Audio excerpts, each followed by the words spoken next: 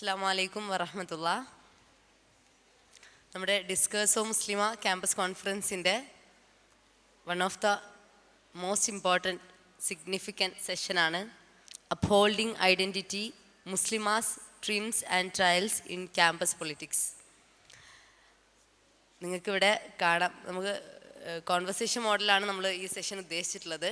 ഇവിടെ കാണുന്നത് പോലെ തന്നെ രാജ്യത്തിലുടനീളമുള്ള ക്യാമ്പസുകളിൽ നിന്നുള്ള മുസ്ലിം വിമൻ റെപ്രസെൻറ്റേഷൻസ് ആണ് അത്തരമൊരു റെപ്രസെൻറ്റേഷനാൽ ബ്ലസ് ചെയ്യപ്പെട്ട ഒരു സെഷനാണ് ഇൻഷാ അല്ലാഹ്.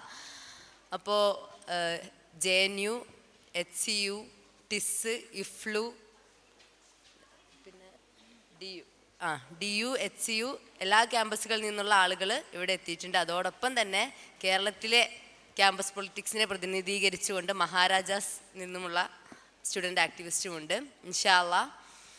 അപ്പോൾ നമുക്ക് സ്റ്റാർട്ട് ചെയ്യാം ഇൻഷാ അല്ലാഹ്. അധികം ഇൻട്രൊഡക്ഷൻ ഒന്നും കൊടുക്കുന്നില്ല, ഒരുപാട് ആളുകൾ സംസാരിക്കാനുണ്ട്. ഈ സെഷനുമായി ബന്ധപ്പെട്ട് നമുക്ക് ലാസ്റ്റ് ഒരു ചർച്ചയും കൂടി ഉണ്ടാവുന്നതാണ് ഇൻഷാ അല്ലാഹ്. അപ്പോൾ നമുക്കറിയാം, നമ്മളൊക്കെ ആസ്പയർ ചെയ്യുന്ന, ഞാൻ ജസ്റ്റ് ഒന്ന് ഓരോരുത്തരെ ഇൻട്രൊഡ്യൂസ് ചെയ്യാം ഇൻഷാ അല്ലാഹ്. നമുക്കിവിടെ എത്തിയിട്ടുള്ളത് firstly Afreen Fathima. She is the former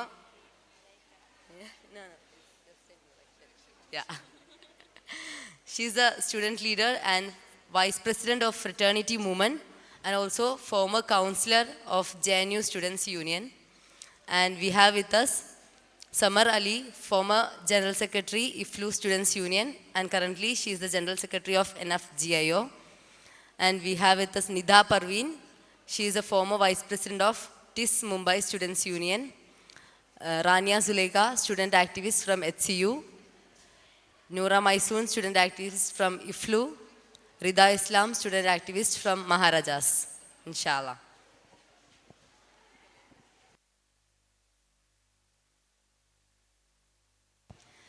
ഇൻഷാല്ലാ അധികം ആമുഖങ്ങളൊന്നും ഇല്ലാതെ തുടങ്ങാണ്.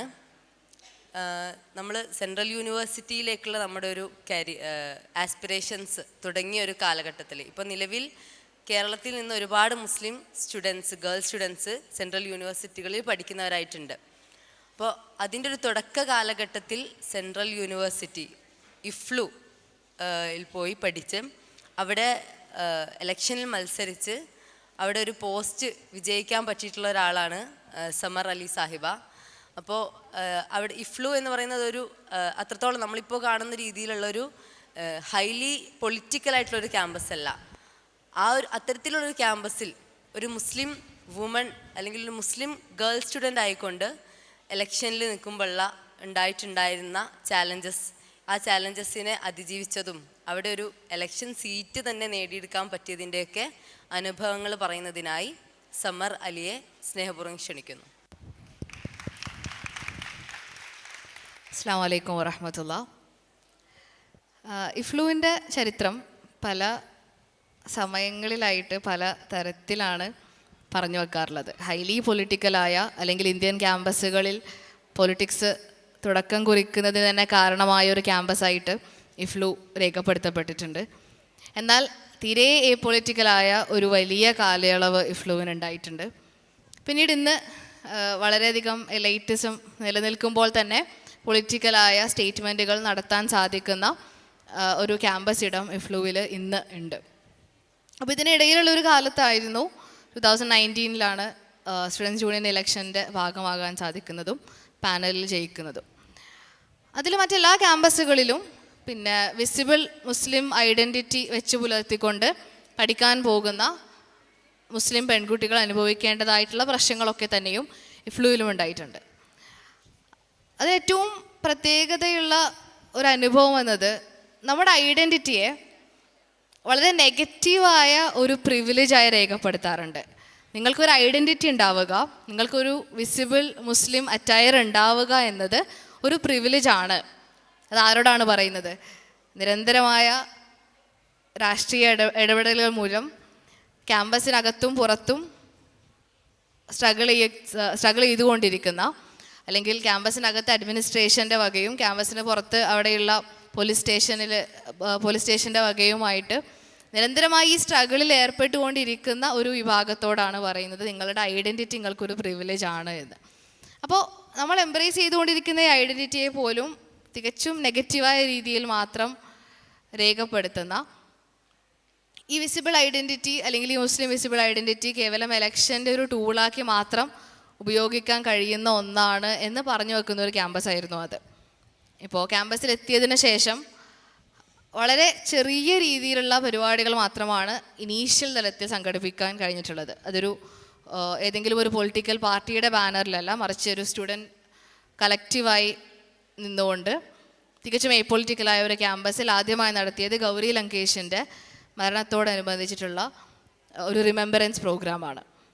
അപ്പോൾ അങ്ങനെ കുറച്ച് 2-3 പ്രോഗ്രാമുകൾക്ക് ശേഷം സ്റ്റുഡൻസ് യൂണിയൻ ഇലക്ഷൻ പ്രഖ്യാപിക്കുമ്പോൾ നമ്മൾ വിവിധ തരത്തിലുള്ള ആളുകൾ അപ്രോച്ച് ചെയ്യാറുണ്ട്.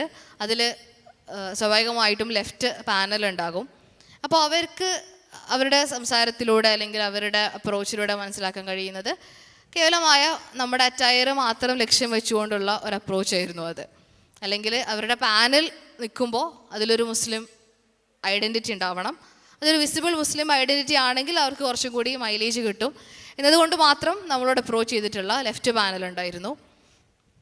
അല്ലെങ്കിൽ അതിനപ്പുറത്തേക്ക് പിന്നെ തികച്ചും വോയിസ് ഇല്ലാത്ത അല്ലെങ്കിൽ മുഖ്യധാരയിലേക്ക് വരാൻ ആഗ്രഹിക്കാത്ത ബാക്ക്ഗ്രൗണ്ടിൽ നിന്നുകൊണ്ട് മാത്രം നമ്മളോട് കൽപ്പിക്കുകയും നിങ്ങളൊരു മൈനോറിറ്റി കമ്മ്യൂണിറ്റി ആയിരിക്കെ നിങ്ങൾക്കിവിടെ കുറേ ചെയ്യാനുണ്ട്, പക്ഷെ ഞങ്ങൾക്കത് ചെയ്യാൻ കഴിയില്ല എന്ന് പറയുന്ന മൈനോറിറ്റി കമ്മ്യൂണിറ്റിയിൽ തന്നെ പെട്ട മറ്റാൾക്കാരുണ്ട്, അവരുടെ പാനലും അപ്രോച്ച് ചെയ്തിരുന്നു.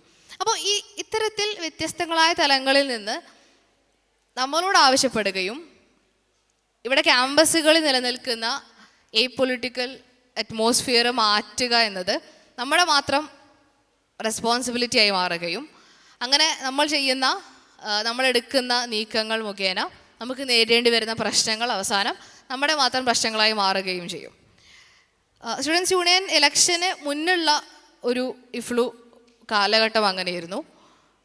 എപ്പോഴും ടാർഗറ്റ് ചെയ്യപ്പെടുക അത് നിങ്ങളുടെ റെസ്പോൺസിബിലിറ്റിയാണ്, സംസാരിക്കുക എന്നത്, പ്രശ്നങ്ങൾ പരിഹരിക്കുക എന്നത്, നിലപാടുകൾ ഉയർത്തുക എന്നത്, അല്ലെങ്കിൽ ഈ ക്യാമ്പസിൽ എന്തൊക്കെയാണോ പ്രശ്നങ്ങൾ അഡ്മിനിസ്ട്രേഷൻ മുന്നോട്ട് വെക്കുന്നത് അതിനെതിരെ സംസാരിക്കുക എന്നത് ഒരു മൈനോറിറ്റി കമ്മ്യൂണിറ്റി എന്ന നിലയ്ക്ക് നമ്മുടെ മാത്രം ഉത്തരവാദിത്തമാണ്. അതിനുശേഷം വരുന്ന അതിൻ്റെ റെപ്പർക്കേഷൻസ് എന്തൊക്കെയാണോ അതൊക്കെ അനുഭവിക്കേണ്ടതും നമ്മൾ മാത്രമാണ്.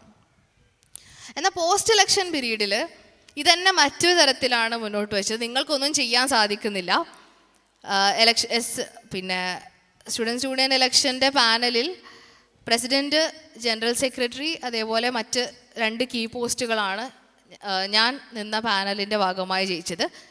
അതിനോട് സമാനമായി വൈസ് പ്രസിഡൻറ്റ്, ജോയിൻറ്റ് സെക്രട്ടറി എന്ന പോസ്റ്റുകൾ ജയിച്ചത് ലെഫ്റ്റ് പാനലിൻ്റെ ഭാഗമായി നിന്ന ആൾക്കാരുമാണ്. അപ്പോൾ ഇതിലൊരു ഈക്വൽ കോൺട്രിബ്യൂഷൻ സാധ്യമാകേണ്ടിയിരിക്കുന്നു എന്ന് മനസ്സിലാക്കുമ്പോൾ പോലും തന്നെ ഇതൊക്കെ വീണ്ടും നമ്മുടെ മാത്രം ചുമതലയായി മാറുകയും എന്നാൽ നമ്മൾ ചെയ്യാൻ ശ്രമിക്കുന്ന കാര്യങ്ങളെ അതിൻ്റെ ഒരു സ്റ്റുഡൻസ് യൂണിയൻ ഇഫക്റ്റിൽ ചെയ്യാൻ കഴിയാതിരിക്കുന്ന തരത്തിലേക്ക് കേവലം പ്രൊട്ടസ്റ്റുകളാക്കി മാത്രം ചുരുക്കുന്ന ഒരു അറ്റ്മോസ്ഫിയർ അവിടെ രൂപീകരിക്കുകയുണ്ടായി. ഇപ്പോൾ JNUവിൽ സ്ട്രൈക്ക് ഫീ ഹൈക്കിൻ്റെ സ്ട്രൈക്ക് നടക്കുന്നത് ആ കാലയളവിലായിരുന്നു. അപ്പോൾ JNU സ്റ്റുഡൻസിന് സോളിഡാരിറ്റി അർപ്പിച്ചുകൊണ്ട് അവിടെ പ്രൊട്ടസ്റ്റ് നടത്തേണ്ടതുണ്ട്. അപ്പോൾ ഇഫ്ലുവിൻ്റെ ഒരു അറ്റ്മോസ്ഫിയർ അനുസരിച്ച് ഇഫ്ലു ക്യാമ്പസിനകത്ത് പ്രൊട്ടസ്റ്റ് നടത്താൻ അഡ്മിനിസ്ട്രേഷൻ സമ്മതിക്കില്ല. ഇത് വളരെ ലോജിക്കലായ ഒരു കാര്യമാണ്. നിങ്ങൾക്ക് ആ JNU വിഷയത്തിൽ പിന്നെ വോയിസ് ഉയർത്തണം എന്നുണ്ടെങ്കിൽ അല്ലെങ്കിൽ പ്രൊട്ടസ്റ്റ് ചെയ്യണം എന്നുണ്ടെങ്കിൽ അത് കുറച്ചും കൂടി വിസിബിളായ തലത്തിൽ ഹൈദരാബാദ് സിറ്റിയിലോ അല്ലെങ്കിൽ അറ്റ്ലീസ്റ്റ് ക്യാമ്പസിന് പുറത്തോ ചെയ്യാവുന്നതാണ്. അതിൻ്റെ കോർ ഉദ്ദേശം ആ ലക്ഷ്യം എന്നത് ആ പ്രശ്നത്തെ ഉയർത്തുക എന്നതാണ് എങ്കിൽ അതിന് കുറച്ചും കൂടി വിസിബിലിറ്റി ലഭിക്കുന്ന തരത്തിലേക്ക് ആ ഒരു പ്ലാറ്റ്ഫോം കണ്ടെത്തിക്കൊണ്ട് അവിടെ നടത്താവുന്നതാണ്. അതായത് സ്റ്റുഡൻസ് യൂണിയൻ മുന്നോട്ട് വെച്ച ഒരു പോയിന്റ് എന്നത്. പക്ഷേ അതിന് ചെവി കൊൾക്കാതെ അല്ലെങ്കിൽ അതിനോട് ഒപ്പം നിൽക്കാതെ ക്യാമ്പസിനകത്ത് മാത്രം ചെയ്യാൻ കഴിയുന്ന ഒന്നാക്കി മാറ്റുകയും വീണ്ടും എല്ലാ പ്രൊട്ടസ്റ്റുകളും പോലെ തന്നെ ഒരു ചെറിയ ഗാദറിംഗ് ഉണ്ടാകും. ആ ഗാദറിങ്ങിന് അഡ്മിനിസ്ട്രേഷൻ എതിർക്കും, പിന്നീട് പോലീസ് വരും. പിന്നെ എന്താണോ കോഴ്സ് അല്ലെങ്കിൽ നമ്മൾ ഉയർത്താൻ ശ്രമിച്ചിട്ടുള്ള കണ്ടൻറ് എന്താണോ ആ കണ്ടൻറ് എവിടെയും വിസിബിൾ അല്ലാതായി പോവുകയും വീണ്ടും ഒരു അഡ്മിൻ സ്റ്റുഡൻറ്റ് കമ്മ്യൂണിറ്റി വാറായിട്ട് അത് മാറുകയും ചെയ്യും. അപ്പോൾ ഇത്തരത്തിൽ യഥാർത്ഥമായ കോഴ്സുകളെയും പിന്നെ നമ്മൾ മുന്നോട്ട് വെക്കാൻ ശ്രമിക്കുന്ന പ്രശ്നങ്ങളെയും പോയിന്റുകളെയും ഒക്കെ ഇഗ്നോർ ചെയ്യുകയും അതിനെ സപ്രസ് ചെയ്യുകയും ചെയ്തുകൊണ്ട് യാതൊരു തരത്തിലുള്ള വിഷനുമില്ലാതെ യാതൊരു തരത്തിലുള്ള ഗോളും അച്ചീവ് ചെയ്യാൻ സാധിക്കാത്ത തരത്തിലേക്ക് വെറുമൊരു സ്റ്റുഡൻറ് കമ്മ്യൂണിറ്റി വേഴ്സസ് അഡ്മിനിസ്ട്രേഷൻ വാറാക്കി എല്ലാ സ്റ്റുഡൻറ് കമ്മ്യൂണിറ്റി പ്രൊട്ടസ്റ്റുകളെയും മാറ്റിക്കൊണ്ടിരിക്കുന്ന ഒരു കാലയളവ് കൂടിയായിരുന്നു അത്. അതിൻ്റെ മറ്റൊരു മേജർ പോയിൻ്റാണ് ക്വീർ കമ്മ്യൂണിറ്റി. അവിടെ ഇഫ്ലു എന്നതൊരു ക്വീർ ഫ്രണ്ട്ലി ക്യാമ്പസാണ്. മറ്റെല്ലാ ക്യാമ്പസുകളിലും പലപ്പോഴും പറഞ്ഞു വെക്കാറുള്ളത് പോലെ ക്വീർ കമ്മ്യൂണിറ്റിക്ക് അവരുടേതായിട്ടുള്ളൊരു പ്ലാറ്റ്ഫോം ഉണ്ടാക്കിയെടുക്കേണ്ട ആവശ്യകത ഇഫ്ലുവിൽ കുറേ കാലങ്ങളായി ഉണ്ടായിട്ടില്ല. കുറേ കാലങ്ങളായി തന്നെ അതൊരു ക്വീർ ഫ്രണ്ട്ലി ക്യാമ്പസാണ്. പക്ഷെ അതിനിരിക്കുമ്പോൾ തന്നെ ഒരു പിന്നെ പ്രോ ക്വീർ ആൻറ്റി ക്വീർ എന്ന ഒരു ബൈനറി സൃഷ്ടിക്കാനായിട്ട് ഇഫ്ലുവിൽ എപ്പോഴും ശ്രമിച്ചിട്ടുണ്ട്. ആ ആൻറ്റി ക്വീറിൽ സ്വാഭാവികമായിട്ടും മുസ്ലിം കമ്മ്യൂണിറ്റി ആയിരിക്കും ഉണ്ടാവുക. അവിടെ നിൽക്കുന്ന പാനലിസ്റ്റ്, ഇലക്ഷനിൽ നിൽക്കുന്ന പാനലിസ്റ്റുകളാകട്ടെ, അവരുടെ കാൻഡിഡേസി പീരീഡിൽ ഏറ്റവും കൂടുതൽ പ്രാവശ്യം കേൾക്കേണ്ടി വരുന്നത് ക്വീർ കമ്മ്യൂണിറ്റിയെക്കുറിച്ചുള്ള ചോദ്യങ്ങളായിരിക്കും. അപ്പം ഇങ്ങനെ ഒരു രണ്ട് മൈനോറിറ്റി വിഭാഗങ്ങളായിരിക്കെ തന്നെ, ഒരു ജെൻഡർ മൈനോറിറ്റിയും ഒരു റിലീജിയസ് മൈനോറിറ്റിയും ആയിരിക്കെ തന്നെ, ഇവർക്കെതിരെ കൃത്യമായൊരു ബൈനറി സൃഷ്ടിക്കാനും ഇവരെ തമ്മിൽ ഒരു പ്രശ്നങ്ങൾ ഉണ്ടാക്കിക്കൊണ്ട് ഇവരൊരുമിച്ച് പോകാൻ സാധിക്കാത്ത, അല്ലെങ്കിൽ student community as a whole എന്ന കോൺസെപ്റ്റിനെ മുന്നോട്ട് വെക്കാൻ കഴിയാത്ത രീതിയിൽ ഈ ഒരു ബൈനറിക്കെതിരെ ഇടയിൽ പ്രശ്നങ്ങൾ ഉണ്ടാക്കാൻ ശ്രമിക്കുകയും ചെയ്യുന്ന ഒരു കാലയളവ് കൂടിയായിരുന്നു ഇഫ്ലു എന്നത്. ഞാൻ മനസ്സിലാക്കുന്നത് അതിനുശേഷം കോവിഡ് അല്ലെങ്കിൽ ഒരു പോസ്റ്റ് കോവിഡ് പീരീഡിലെ ക്യാമ്പസുകൾ എന്നത് വളരെയധികം കുറച്ചുകൂടി എലീറ്റായി മാറിയിട്ടുള്ള ക്യാമ്പസുകളാണ്. തികച്ചും പൊളിറ്റിക്കലായ രേഖപ്പെടുത്തപ്പെട്ട ക്യാമ്പസുകളിൽ പോലും വളരെ എലീറ്റായി ചിന്തിക്കുന്ന, അല്ലെങ്കിൽ അത്തരത്തിലുള്ളൊരു കൾച്ചറിന് കൂടുതൽ പ്രാധാന്യം ലഭിച്ച ക്യാമ്പസുകളായി സെൻട്രൽ യൂണിവേഴ്സിറ്റികളും കേരളത്തിനകത്തെ ക്യാമ്പസുകളും മാറിയിട്ടുണ്ട്. അപ്പോൾ ഇവിടെ എനിക്ക് തോന്നുന്നില്ല ഒരു പ്രീ കോവിഡ് പീരീഡിലെ ക്യാമ്പസുകളിൽ ഉണ്ടായിരുന്ന ടൂളുകളോ അല്ലെങ്കിൽ അപ്രോച്ചോ ആയിരിക്കണം ഒരു പോസ്റ്റ് കോവിഡ് ക്യാമ്പസിൽ ഉണ്ടാവേണ്ടത് എന്ന്. കാരണം കുട്ടികളുടെ നമ്മൾ നേരത്തെ പറഞ്ഞതുപോലെ പൊളിറ്റിക്കലായി മാത്രം ചിന്തിക്കുന്ന ഒരു വിഭാഗം കുട്ടികളെ നിങ്ങൾക്ക് ഒരു ക്യാമ്പസിലും കാണാൻ സാധിക്കില്ല. അല്ലെങ്കിൽ പൊളിറ്റിക്കലി അവെയർ ആയിട്ടുള്ള വിഷയങ്ങൾ മാത്രം കൈകാര്യം ചെയ്യാൻ ആഗ്രഹിക്കുന്ന ഒരു സെറ്റ് ഓഫ് സ്റ്റുഡൻറ് കമ്മ്യൂണിറ്റിയെ ഒരു ക്യാമ്പസുകളും നിങ്ങൾക്ക് കാണാൻ സാധിക്കില്ല. അപ്പോൾ നമ്മൾ ഇന്ന് എൻഗേജ് ചെയ്തുകൊണ്ടിരിക്കുന്ന ക്യാമ്പസുകൾ എന്നത് തികച്ചും പിന്നെ പൊളിറ്റിക്കൽ ആണ് എന്ന് സ്വയം പ്രഖ്യാപിക്കാതെ തന്നെ തങ്ങളുടേതായിട്ടുള്ള സേഫ് സോണുകൾ കണ്ടെത്തുകയും അതുവഴി മുന്നോട്ട് പോവുകയും ചെയ്യുന്ന ഒരു ക്യാമ്പസുകളിലാണ് നമ്മൾ ഇന്ന് ജീവിക്കുന്നത്. അപ്പോൾ അവരോട് എൻഗേജ് ചെയ്യുമ്പോൾ നമുക്ക് ഉണ്ടാവേണ്ടതും നമ്മൾ ഡെവലപ്പ് ചെയ്യേണ്ടതും അത്തരത്തിലുള്ള ടൂളുകളാണ്. അവിടെ പിന്നെ അവരോട് എൻഗേജ് ചെയ്യുമ്പോൾ ഞാൻ വിചാരിക്കുന്നില്ല ഞാൻ ഇഫ്ലുവിൽ ഉണ്ടായിരുന്നപ്പോൾ ക്വീർ കമ്മ്യൂണിറ്റിയുമായിട്ട് എൻഗേജ് ചെയ്തിരുന്നൊരു ടൂളായിരിക്കും ഉപയോഗിക്കുക എന്നുള്ളത്. അല്ലെങ്കിൽ അതിനപ്പുറത്തേക്ക് സാധ്യമാകാൻ കഴിയുന്ന കോമൺ പ്ലാറ്റ്ഫോമുകളെക്കുറിച്ച് നമ്മൾക്ക് അന്വേഷിക്കേണ്ടി വരും. അല്ലെങ്കിൽ ആ കോമൺ പ്ലാറ്റ്ഫോമുകൾ നിന്നുകൊണ്ട് തന്നെ എത്രത്തിൽ പ്രാക്ടിക്കലായിട്ടാണോ കാര്യങ്ങളെ മുന്നോട്ട് കൊണ്ടുപോകാൻ സാധിക്കുക എന്ന് ചിന്തിക്കേണ്ടി വരും. അല്ലെങ്കിൽ അതിനപ്പുറത്തേക്കുള്ള ഇവരുടെ ഈ ഒരു എലീറ്റ് കൾച്ചറിനെ മുൻനിർത്തിക്കൊണ്ട് തന്നെ, അതിനെ റെസ്പെക്റ്റ് ചെയ്തുകൊണ്ട് തന്നെ നമുക്ക് സാധ്യമാക്കാൻ കഴിയുന്ന കോമൺ എലമെൻറ്റ്സ് കണ്ടെത്തേണ്ടിയിരിക്കുന്നു. പക്ഷെ അവിടെയൊക്കെ തന്നെയും നമുക്ക് പറയാനുള്ള നിലപാടുകളെ സപ്രസ് ചെയ്യാതെ, അതിനെ ഡൈല്യൂട്ട് ചെയ്യാതെ, അതിൻ്റെ വീര്യത്തെ യാതൊരു തരത്തിലും കുറക്കാതെ തന്നെ ഇത്തരത്തിലുള്ള കോമൺ പ്ലാറ്റ്ഫോമുകൾ ഉണ്ടാക്കുക എന്നതാണ് എനിക്ക് തോന്നുന്നു പുതിയ ക്യാമ്പസുകളിൽ നമ്മൾ നേരിട്ടുകൊണ്ടിരിക്കുന്ന ഏറ്റവും വലിയ ചാലഞ്ച്. ജസാക്കല്ലാഹ് ഖൈറൻ. So we'll move towards one of the most aspiring central universities of India, JNU. So I think most of us would be aspiring to go there. And then it was not recently, it has been so many years now that a shocking incident happened. We all of us are aware about it. I think it's from then when Najib Ahmad was forcibly disappeared from the campus. It was from then we got to know more about JNU campus and its politics. So, and also we have with us Afreen Fatima, who is from the same campus, holding a Muslim woman identity. She had been participated in the election also and also won. And also she is also leading various student movements in India. So we would like to hear about the political experiences and also the climate of left liberal politics in JNU. Please.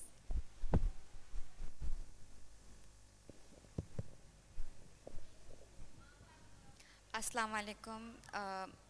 Firstly, I'd like to thank Girls Islamic Organization for inviting me and for letting me be a part of this grand Muslima conference. So thank you, GIO.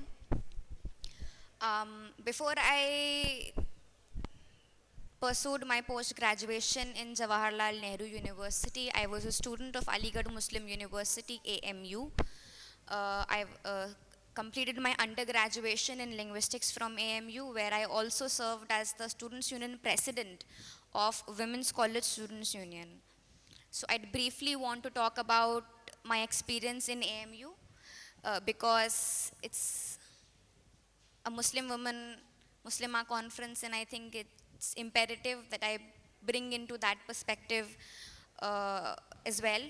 So I was the Students' Union President for the session of 2018-19, and the sole reason why I contested the Students' Union election and why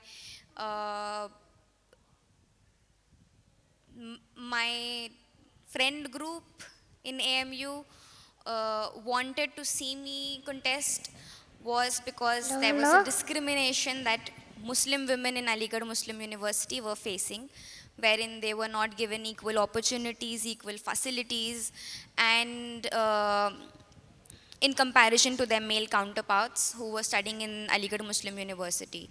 We, being part of women's college, were kept aside, set aside, and even esteemed faculties of the university would not be teaching us, only guest faculties would come. And the administration would actually humiliate us just because we were female students of the university. And the only reason why I contested the election was to show that as females, as women students of the university, we can and will speak up for ourselves, and we will occupy the university space. And we did in Aligarh Muslim University. Smaller than this conference, the Students' Union that I was part of, Women's College Students' Union, organized a 3-day-long Women Leadership Summit, wherein we had guests like Arundhati Roy, Vrinda Grover, Fatima Nafis, and it was a conference organized by women students of Aligarh Muslim University for women students of Aligarh Muslim University. And it was, despite being this big 3-day conference, it was stopped in between by the Male Students' Union, because how can women organize such a big conference inside the university, main university space? Why are they not inside women's college alone? They wanted us to do our conference, but do it in women's college. Don't do it in front of Central Library. Don't do it in the Kennedy Complex. Don't use the Kennedy Auditorium. And so this conflict between the male and the female students, or between the male and the female union, was something that was that we as students were not willing to have. We felt that I'm also a student of Aligarh Muslim University. I will also get the degree of Aligarh Muslim University. I'm also paying the same fees. Why should I not be allowed to use the Kennedy Complex to invite Arundhati Roy to give a lecture? Why should I only limit 1,500 guests? Why should I not have a 3,000 guest big auditorium? So that's how I entered into this space where I wanted to speak up, where I wanted to talk about what I was facing, and I wanted people to hear, and I wanted a seat at the table. That was my only desire, and when I did get the seat at the table, I ensured that my voice is heard there. And Alhamdulillah, it was. Fast forward to me joining Jawaharlal Nehru University, and I never planned on contesting the Students' Union election there. I had joined fraternity movement, and the the sudden realization of entering this secular liberal space, because I was a student of Aligarh Muslim University, majoritarily Muslims, right? So it was a very different experience. I never thought that I will be looked as a Muslim woman, as a Muslim. I never imagined, because in Aligarh everyone was Muslim. It was just okay. There are challenges you face as a Muslim woman within the community, and you fight it. And then within the JNU campus, now all I'd heard about JNU was slogans of Azadi and Lal Salam. So this romanticization of politics in JNU, of how JNU campus is so active, JNU campus is always out on the streets, protesting, resisting, and how it talks about social justice, and it talks about it also included Jai Bhim Lal Salam, so it's also accommodating of Dalit identities, OBC identities, but it was never accepting of Muslim identities to this day. So entering the JNU campus, so my first experience was that as a Muslim student itself, you will be asked weird questions, you will be asked about your faith, so that you would be always on your defense, trying to defend yourself, trying to defend your faith, trying to defend why you're wearing a hijab. And you'd not realize that you're on your defense as a student, when we're all here to learn, where we're all here to educate ourselves. But you are, because you're a Muslim student, you're forced to be on your defense, forced to defend yourself, your identity, your faith. And in the very initial days, not everyone knew that I was a part of fraternity movement. So there were times when left organizations wanted me to join them. They were even willing to offer me councillor position from their left panel to contest election from their side. And but I had already joined fraternity, and I had never associated myself with their politics. I had seen or understood the kind of hypocrisy that the left, the kind of bigoted position that the left has towards Muslims. So when elections were about to come, for some reason, everyone assumed that I would be contesting, because I was the president in Aligarh. Everyone assumed that Afreen will contest, and I had just joined the campus. It was my first year, very new to the campus, not knowing all about it. The organization asked me that you should contest. And I was very doubtful. I did not know if I should not, what will my election campaign be like, what do I want to do for the JNU students community, what do I want to do for the JNU Muslim students community. And the deciding point was speech by Malcolm X, The Ballot and the Bullet. And I want all of you to listen to that speech, The Ballot and the Bullet. And that's what is like, I'm going for the ballot, because that's all I can do right now. During the election campaign, there were smear campaigns against me. I was accused of being an RSS Sangh Parivar stooge, that I contested for one councillor position to make ABVP win one seat. Sounds so familiar, no? Muslims are accused of this everywhere, in Kerala, outside of Kerala, in mainstream politics. If a Muslim is participating in this democratic system as a Muslim, asserting their identity without any compromise, they would always be labeled as you're trying to cut votes so that the right wing can win, so that the Sangh Parivar can win. That happened. Then outside of it,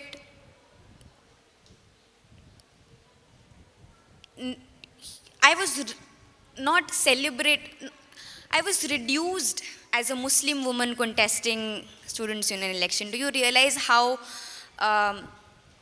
ironical it was that left, who always uses Muslim candidates, women candidates as tokens in their elections, the joint secretary of JNU-SU will always be a Muslim. One of the posts will always be given to a woman candidate.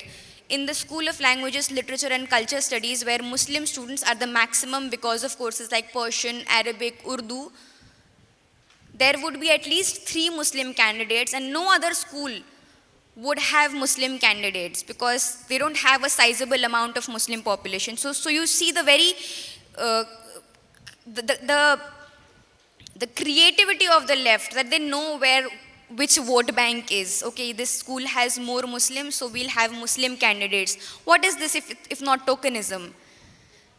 And then my entire election campaign was reduced as Muslim woman contesting. Why just Muslim woman contesting? I was a Muslim contesting. I was talking about Muslim identity. I was talking about Muslim identity assertion. I was talking about the issues that Muslim students were facing, but I was also talking about the issues that the students of School of Languages, Literature and Culture Studies were facing. Be it the library issue, be it students, the disability students, everything you are doing is forgotten. Just that, okay, you're always talking about Muslims, but you're always talking about Muslim women is remembered. So that was something that I did not understand.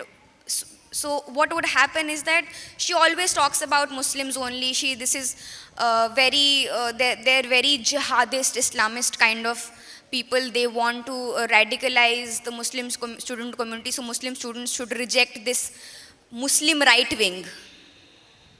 We are victims of the right wing. The right wing directly attacks the Muslim community, and they have the audacity to call us Muslim right wing.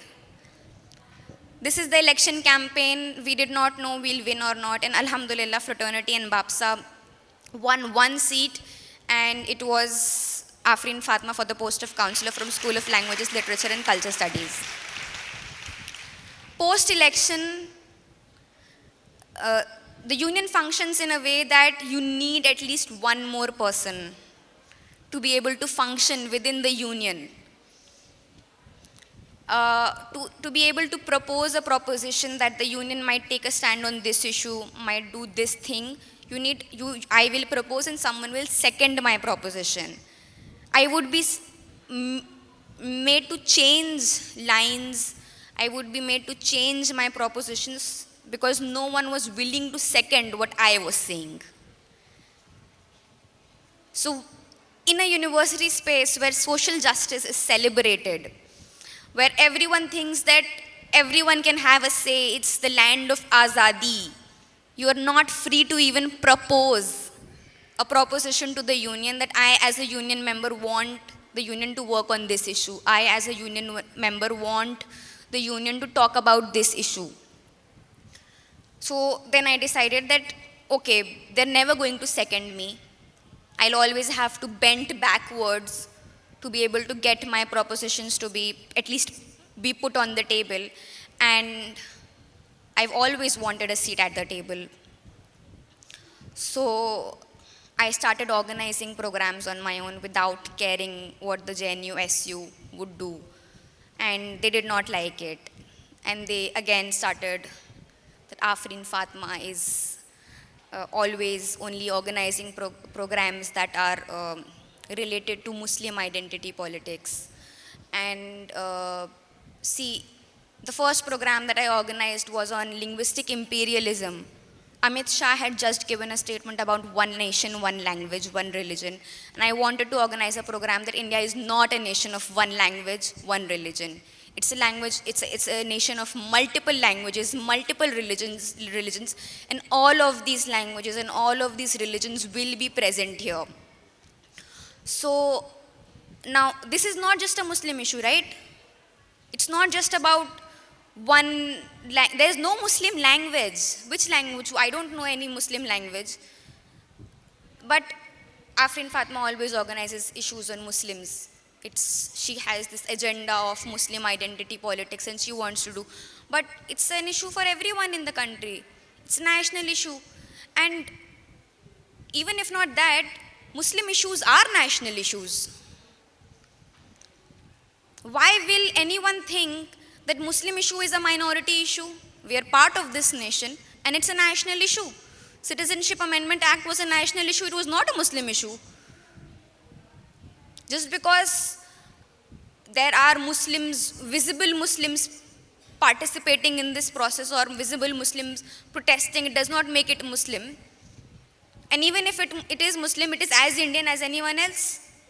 Why do we have to bend backwards? Why do we have to always prove ourselves, defend ourselves that no, we're talking about national issues, it's this, it's that. So then the JNU administration increased the fees and the entire university started protesting against the fee hike. And likewise, I was protesting, Muslim students were protesting, and it is understood that the Muslim community, as the Sachar Committee report also tells, is marginalized to the extent that we are worst on the economic indicators, we are worst on the educational indicators, on the social indicators. The Sachar Committee report clearly says that the Muslim community situation is worse than the Dalits and Adivasis in India. And if fees is increased, the Muslim community within JNU would be affected. So, but for us to say that we will bear the brunt of this fee hike would be too much. The reason why I'm telling about these instances is that university spaces wherein, especially campuses like JNU, TIS, wherein there is a celebration of liberalism and secularism where everyone thinks that that everyone is equal, we all have a say, we all have azadi. We don't. And you have to, either you're a Muslim woman or a Muslim man, you have to fight your way. You'll have to make louder noise than the rest of the students to be heard. And it's a big struggle for Muslims to be able to survive in campuses like these where every time you're second guessing your own position, wherein you're forced by the majority of students to second guess your own religion, to second guess your own position as a Muslim student, as a Muslim woman in campuses spaces. So, but I think in all of this, the Muslim student communities has, at least in JNU, when the Citizenship Amendment Act was passed in the parliament, the first thing that happened was there was a call for a meeting to discuss what JNU's response to Citizenship Amendment Act would be. And the entire meeting room had not single Hindu member of the university present, only Muslims, because so only Muslim students were present in that meeting, and the Muslim students of JNU organized themselves as Muslim students of JNU and tackled and struggled on the streets, protested along with Jamia Millia Islamia, went to Shaheen Bagh because JNU campus was not doing anything about Citizenship Amendment Act. So we went to Jamia, we went to Shaheen Bagh, we went to Jantar Mantar as Muslim students of JNU and resisted against Citizenship Amendment Act. We organized JNU coordination camp when the Northeast Delhi pogrom happened. We collected funds, we collected aid for the victims of Northeast Delhi pogrom, and we went to Northeast Delhi to distribute those funds to help to document the violence that had happened in Northeast Delhi. as Muslim students of JNU. So in this trajectory wherein the Muslim student is dehumanized and isolated and alienated to the extent where they are unable to even talk about their issues, we came to a group, a community of Muslim students wherein we were talking as Muslim students, wherein we were organizing each other as Muslim students, and we were protesting as Muslim students. So the Muslim student community, despite being a minority, despite being faced with the worst of worst challenges like being physically attacked in university spaces. She talked about Najib Ahmed. Najib Bhai was disappeared after he was beaten up, and no one to this day know where he is. No one. His mother every year comes to this JNU campus and says, my son will come, my son will come. But the JNU community, the JNU student community failed its Muslim student. So the Muslim students inside JNU campus and I'm sure in every university space are not willing to let the left, the right, the center to pretend as our saviors. We have saved ourselves and we will continue to save ourselves, inshallah. Inshallah. Jazakallah khairan. So,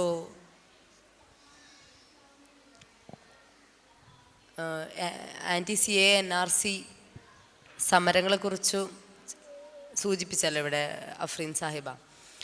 ആ കാലഘട്ടത്തിൽ anti-CA NRC സമരങ്ങൾ നടക്കുന്ന സമയത്ത് ഡൽഹി യൂണിവേഴ്സിറ്റിയിൽ പഠിക്കുകയായിരുന്ന, അതിനുശേഷം മുംബൈയിൽ പഠിക്കുകയും അവിടെ ഇലക്ഷനിൽ കോണ്ടസ്റ്റ് ചെയ്യുകയും വിജയിക്കുകയും ചെയ്തിട്ടുള്ള നിദ പർവീൻ, നമുക്ക് ടിസ്സിലെ ഇലക്ഷൻ എക്സ്പീരിയൻസും അതേപോലെ തന്നെ ഇപ്പോൾ ഇവിടെ അഫ്രീൻ സാഹിബ് സൂചിപ്പിച്ചതുപോലെ 2 വ്യത്യസ്തമായ ക്യാമ്പസ് എക്സ്പീരിയൻസാണ് പറഞ്ഞിട്ടുള്ളത്. അതിൽ AMUവിൽ പറഞ്ഞിട്ടുള്ള ചാലഞ്ചസ് കംപ്ലീറ്റ്ലി ഡിഫറെൻ്റ് ആണ്. എന്നാൽ അവിടെ ഒരു മുസ്ലിം വുമൺ എന്നുള്ള നിലക്ക് ഒരുപാട് ഇൻറ്റേർണലി കൂടെ ഒരുപാട് സ്ട്രഗിൾസ് ഫേസ് ചെയ്യേണ്ടി വന്ന, അത് നേടിയെടുത്ത, അതിനെതിരെ ശബ്ദിച്ചുകൊണ്ട് വോയിസസ് റേസ് ചെയ്തുകൊണ്ട് അത്തരം ഇടങ്ങൾ ക്രിയേറ്റ് ചെയ്ത് അതിജീവിച്ചിട്ടുള്ള ഒരു പോരാട്ടമാണ് AMUവിൽ പറഞ്ഞിട്ടുള്ളത്. അതിനുശേഷം JNUവിൽ കംപ്ലീറ്റ്ലി ഡിഫറെൻ്റ് ആയിട്ടുള്ള ഒരു എക്സ്പീരിയൻസ് ആണ് പറഞ്ഞത്. അതേപോലെ തന്നെ നിദ പർവീനും DUവിലെയും ടിസ്സിലെയും അനുഭവങ്ങളുടെ ഒരു ബ്ലെൻഡ് കൂടെ നമുക്ക് കേൾക്കാം. അസ്സലാമു അലൈക്കും വറഹ്മത്തുള്ളാ. അപ്പം എൻ്റെ അടുത്ത് DU ടിസ് എക്സ്പീരിയൻസ്, അതുപോലെ തന്നെ ടിസ്സിലെ സ്റ്റുഡൻറ്റ് യൂണിയൻ എക്സ്പീരിയൻസസ്, മൊത്തത്തിൽ എൻ്റെ എക്സ്പീരിയൻസസ് പറയാനാണ് ആവശ്യപ്പെട്ടുള്ളത്. ഇപ്പം അതിൻ്റെ കൂടെ നീതി പുലർത്താൻ വേണ്ടിയിട്ട് ഞാൻ എക്സ്പീരിയൻസസ് പറയാണ്. ബിക്കോസ് ഇറ്റ്സ് ആക്ച്വലി ലൈക്ക് നമ്മൾ എക്സ്പീരിയൻസസ് പറയുമ്പം we have to go through all those things which we faced. I mean, for me, it wasn't in a good stage. പക്ഷേ അതൊരു തരത്തിൽ ഹയർ സ്റ്റഡീസിന് വേണ്ടി പോകുന്ന കുട്ടികൾക്ക് കൈൻഡ് ഓഫ് മോട്ടിവേഷനോ ഒരു ആസ്പിറേഷൻസോ ഉണ്ടാവുകയാണെങ്കിൽ ഇറ്റ്സ് ഫോർ ദ ഗുഡ്. അപ്പം ഞാൻ DUവിലാണ് അണ്ടർ ഗ്രാജുവേഷൻ കഴിഞ്ഞത്. അത് കഴിഞ്ഞ് പോസ്റ്റ് ഗ്രാജുവേഷന് വേണ്ടിയിട്ട് TISS. Then now I am working as a research assistant in Delhi. ഇപ്പം DUവും ടിസ്സും വളരെ വ്യത്യസ്തമായ 2 ക്യാമ്പസുകളാണ്. I think I will mix with English and Malayalam because Afrin is here and she don't want to feel illiterate of Malayalam. So yeah, so DU basically I never felt a belongingness there. So if we are in a place, it's not necessary that we will feel belongingness in that place. So I never felt a kind of belongingness in DU, but I felt it in TIS. Because TIS welcomed me as a Muslim woman, and at the same time, we are okay with the bare minimum. നമ്മൾ ഒരു സ്റ്റേജിലെത്തി കഴിഞ്ഞു that we are in a stage where we are happy with the bare minimum we are getting from people. So that was TIS for me, and DU wasn't. Bare minimum പറയാൻ പോയിട്ട് ഒന്നും ടിസ്ന്ന് D യുന്ന് കിട്ടിയിട്ടില്ലായിരുന്നു. I mean, we just go to camp classes, just do our studies and come back. And then there was CAA, which changed a lot. And I think ippam central university galnokka parayumbam the first thing which comes to our mind is resistance. Central university, then it comes to the resistance. Some kind of universities are just place for resistance, but it's not like that. There is resistance, there is academics, there are our ideologies which we show in front of us, in front of them. ടിസ്സിലേക്ക് പോയപ്പം it was a better stage for me. Like ടിസ്സിലെ experiences, ടിസ്സിൽ ഓരോ like there are a lot of Bahujan individuals there who welcomed us, and I never felt alienated because നമുക്ക് എന്തെങ്കിലും ഒരു പ്രശ്നം വരുമ്പം we can go to them. അതുകൊണ്ട് തന്നെ ടിസ്സിൽ ഇലക്ഷനിൽ മത്സരിക്കുക എന്നുള്ളത് I felt it will be easy because പ്രശ്നങ്ങളൊന്നുമില്ല. ഡി യുവിൽ ഫേസ് ചെയ്ത പോലെ we don't want to always put up counter narratives to a large number of people, or we don't want to every time inform the misinformed people. So അതുകൊണ്ട് തന്നെ tis is very different for me, I thought. പക്ഷേ tis union election has give me a lot of experience of okay, for Muslim bodies wherever we go, we have to react to something, we have to resist to something, and that happened that is union election also. So it was going smooth. I never went to any classes for the campaigning saying that I'm victim of fascism, I'm victim of this or that, I'm the oppressed one, there is a lot of oppressions happening against Muslims, so you have to elect me. But I never want to do that. The whole campaigning was that I will stand for the right. I'll be there in the side of the justice. So this was the campaigning going on. But there are a lot of people who doesn't want us to be in a good stage. I mean, നമ്മളിങ്ങനെ സ്മൂത്തായി പോകുന്നത് ചില ആളുകൾക്ക് ഇഷ്ടപ്പെടില്ല. So that happens in TIS also. There was a lot of allegations against me during the campaigning period that I'm a jihadist, I'm a visible Muslim woman, that I will convert this combatants to a Taliban Islamic state. So those things were coming up from the left organizations basically. So it actually broke me a lot. And I thought that this election won't go well. അതുകൊണ്ട് തന്നെ election സമയത്ത് വലിയ പ്രതീക്ഷകളോ ഒന്നും ഉണ്ടായിട്ടില്ല. Just do the campaigning, and there was a public meeting that they openly said, the left organizations openly said that we won't allow any kind of ABP or Islamist organizations or Islamic students to be in this campus if we are winning these elections, or if we are coming into the students union. This was the campaigning of the left. അതുകൊണ്ട് തന്നെ ഈ campaigning നന്നായിട്ട് പോയിട്ടുണ്ട്. പല ഗ്രൂപ്പുകളിലും discussions ഉണ്ടാവുകയും social media WhatsApp ഗ്രൂപ്പുകളൊക്കെ discussions ഉണ്ടാവുകയും സ്റ്റേറ്റ്സ്മെൻറ്റ്സ് വരികയും there was a lot of hate campaigning, and it was a targeted one actually. So ഞങ്ങൾ ഇലക്ഷൻ സമയത്ത് ഫ്രട്ടേണിറ്റിന്ന് ഈക്വൽ ഓപ്പർച്യൂണിറ്റീസ് എല്ലായിട്ട് അതിലെയും ഞാനാണ് വൈസ് പ്രസിഡൻ്റായിട്ട് ഞാനാണ് മത്സരിക്കുന്നത്. ഞങ്ങളുടെ പാനൽ മൊത്തം ഒരു ബഹുജൻ ബോഡീസ് ലൈക്ക് ദളിത്, ആദിവാസി, നോർത്ത് ഈസ്റ്റ് കമ്മ്യൂണിറ്റീസ് എല്ലാവരും ഉണ്ടായിരുന്നു. So it was most of A kind of like marginalised community panel. അത് ഒരു തരത്തിൽ പലർക്കും ഇഷ്ടപ്പെട്ടില്ല. And I thought that this ഈ ഇലക്ഷനിൽ the one who is gonna not win in this election would be me. എല്ലാവരും നമ്മൾ ആദ്യം EOCക്കുള്ള പോസ്റ്റേഴ്സൊക്കെ റെഡിയാക്കി വെച്ച്, victory poster, Adila PM for 1 EOC എന്നുള്ള പോസ്റ്റേഴ്സൊക്കെ ഓൾറെഡി ഉണ്ടാക്കി അവിടെ സെറ്റാക്കി വെച്ചിട്ടുണ്ട്. Because we are sure that Adila will win. അപ്പം there was a lot of hate campaigning and I never thought. And the election result came And with the majority vote, I won the election. And that is the moment I realized like how this is different from other campuses. When the whole hate campaigning was going on, when the whole targeted attack was going on, people stood with me. And winning the election with the majority, like it's difference of 300 votes, was actually shocking for the people whole in the campuses. The left was shocked. Everyone was shocked because that hate campaigning was that strong, and I was down also. I was actually broken. But this showed what this really is, and the whole media, the campuses celebrated it as victory over hate. And we celebrated it well. But then comes the social medias, like newspapers, medias where ask for the bites and all, because it's a very great win where the whole panel of the Bahujan communities, the whole panel won the election, and I think it's the historical. In none other campus it happened. And the media want to enjoy it. Media want to go with the headlines. And their headline was, bully by victim into VP. So still we are the victim. They don't want to give the headlines, or they don't want to go with that a dignified, a Muslim women won the election. Nothing.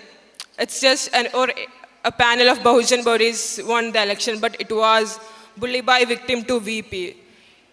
So I always think, is there an other needed for us to give an existential value for us? Because നമ്മൾ ഈ representation എന്ന് പറയുമ്പം നേരെ പോകുന്നത് ഐഡൻറ്റിറ്റിയിലേക്കാണ്. What identity for me? It's a Muslim women. Then comes a necessity of resistance for me. അവിടെ ഒരു other അല്ലെങ്കിൽ we are always reacting to something. We are always forced to react to something, and I think we are restricted into a imagination, a Muslim body imagination, where we are just for the resistance and nothing else is for there. We are restricted into that. And that's a truth in campuses, because in the TIS union election, when I just want to go it smooth with the whole campaigning. Left tried with their own hate campaigning. So it's a necessity for most of us. നമ്മൾ ക്യാമ്പസിൽ നിൽക്കുമ്പോൾ we can't just exist, but we all love to be just exist. And we have different things, like നമ്മളെ ideologies ഉണ്ട്, we have a different cultures, we have different political imaginations, we have different social imagination, and nothing is there. We are always there to react or restrict to something. And I think, but the campus, nowadays the campus spaces have changed, where we are coming with the counter narratives, but it's still a counter narrative. We are countering to something always. And recently there is a lot of narratives we are building ourselves. മണ്ഡലിന് ശേഷമാണ് I think കുറേ അധികം Bahujan community ആളുകൾ ക്യാമ്പസുകളിലേക്ക് വരുന്നത്. And it never changed. We are always forced to a large number of ആളുകളടുത്ത് we are always forced to talk all these things, that these stereotypes, these biases, we are always forced to do these counter narratives. And I think in campuses most of the time we are not able to simply exist as well. And also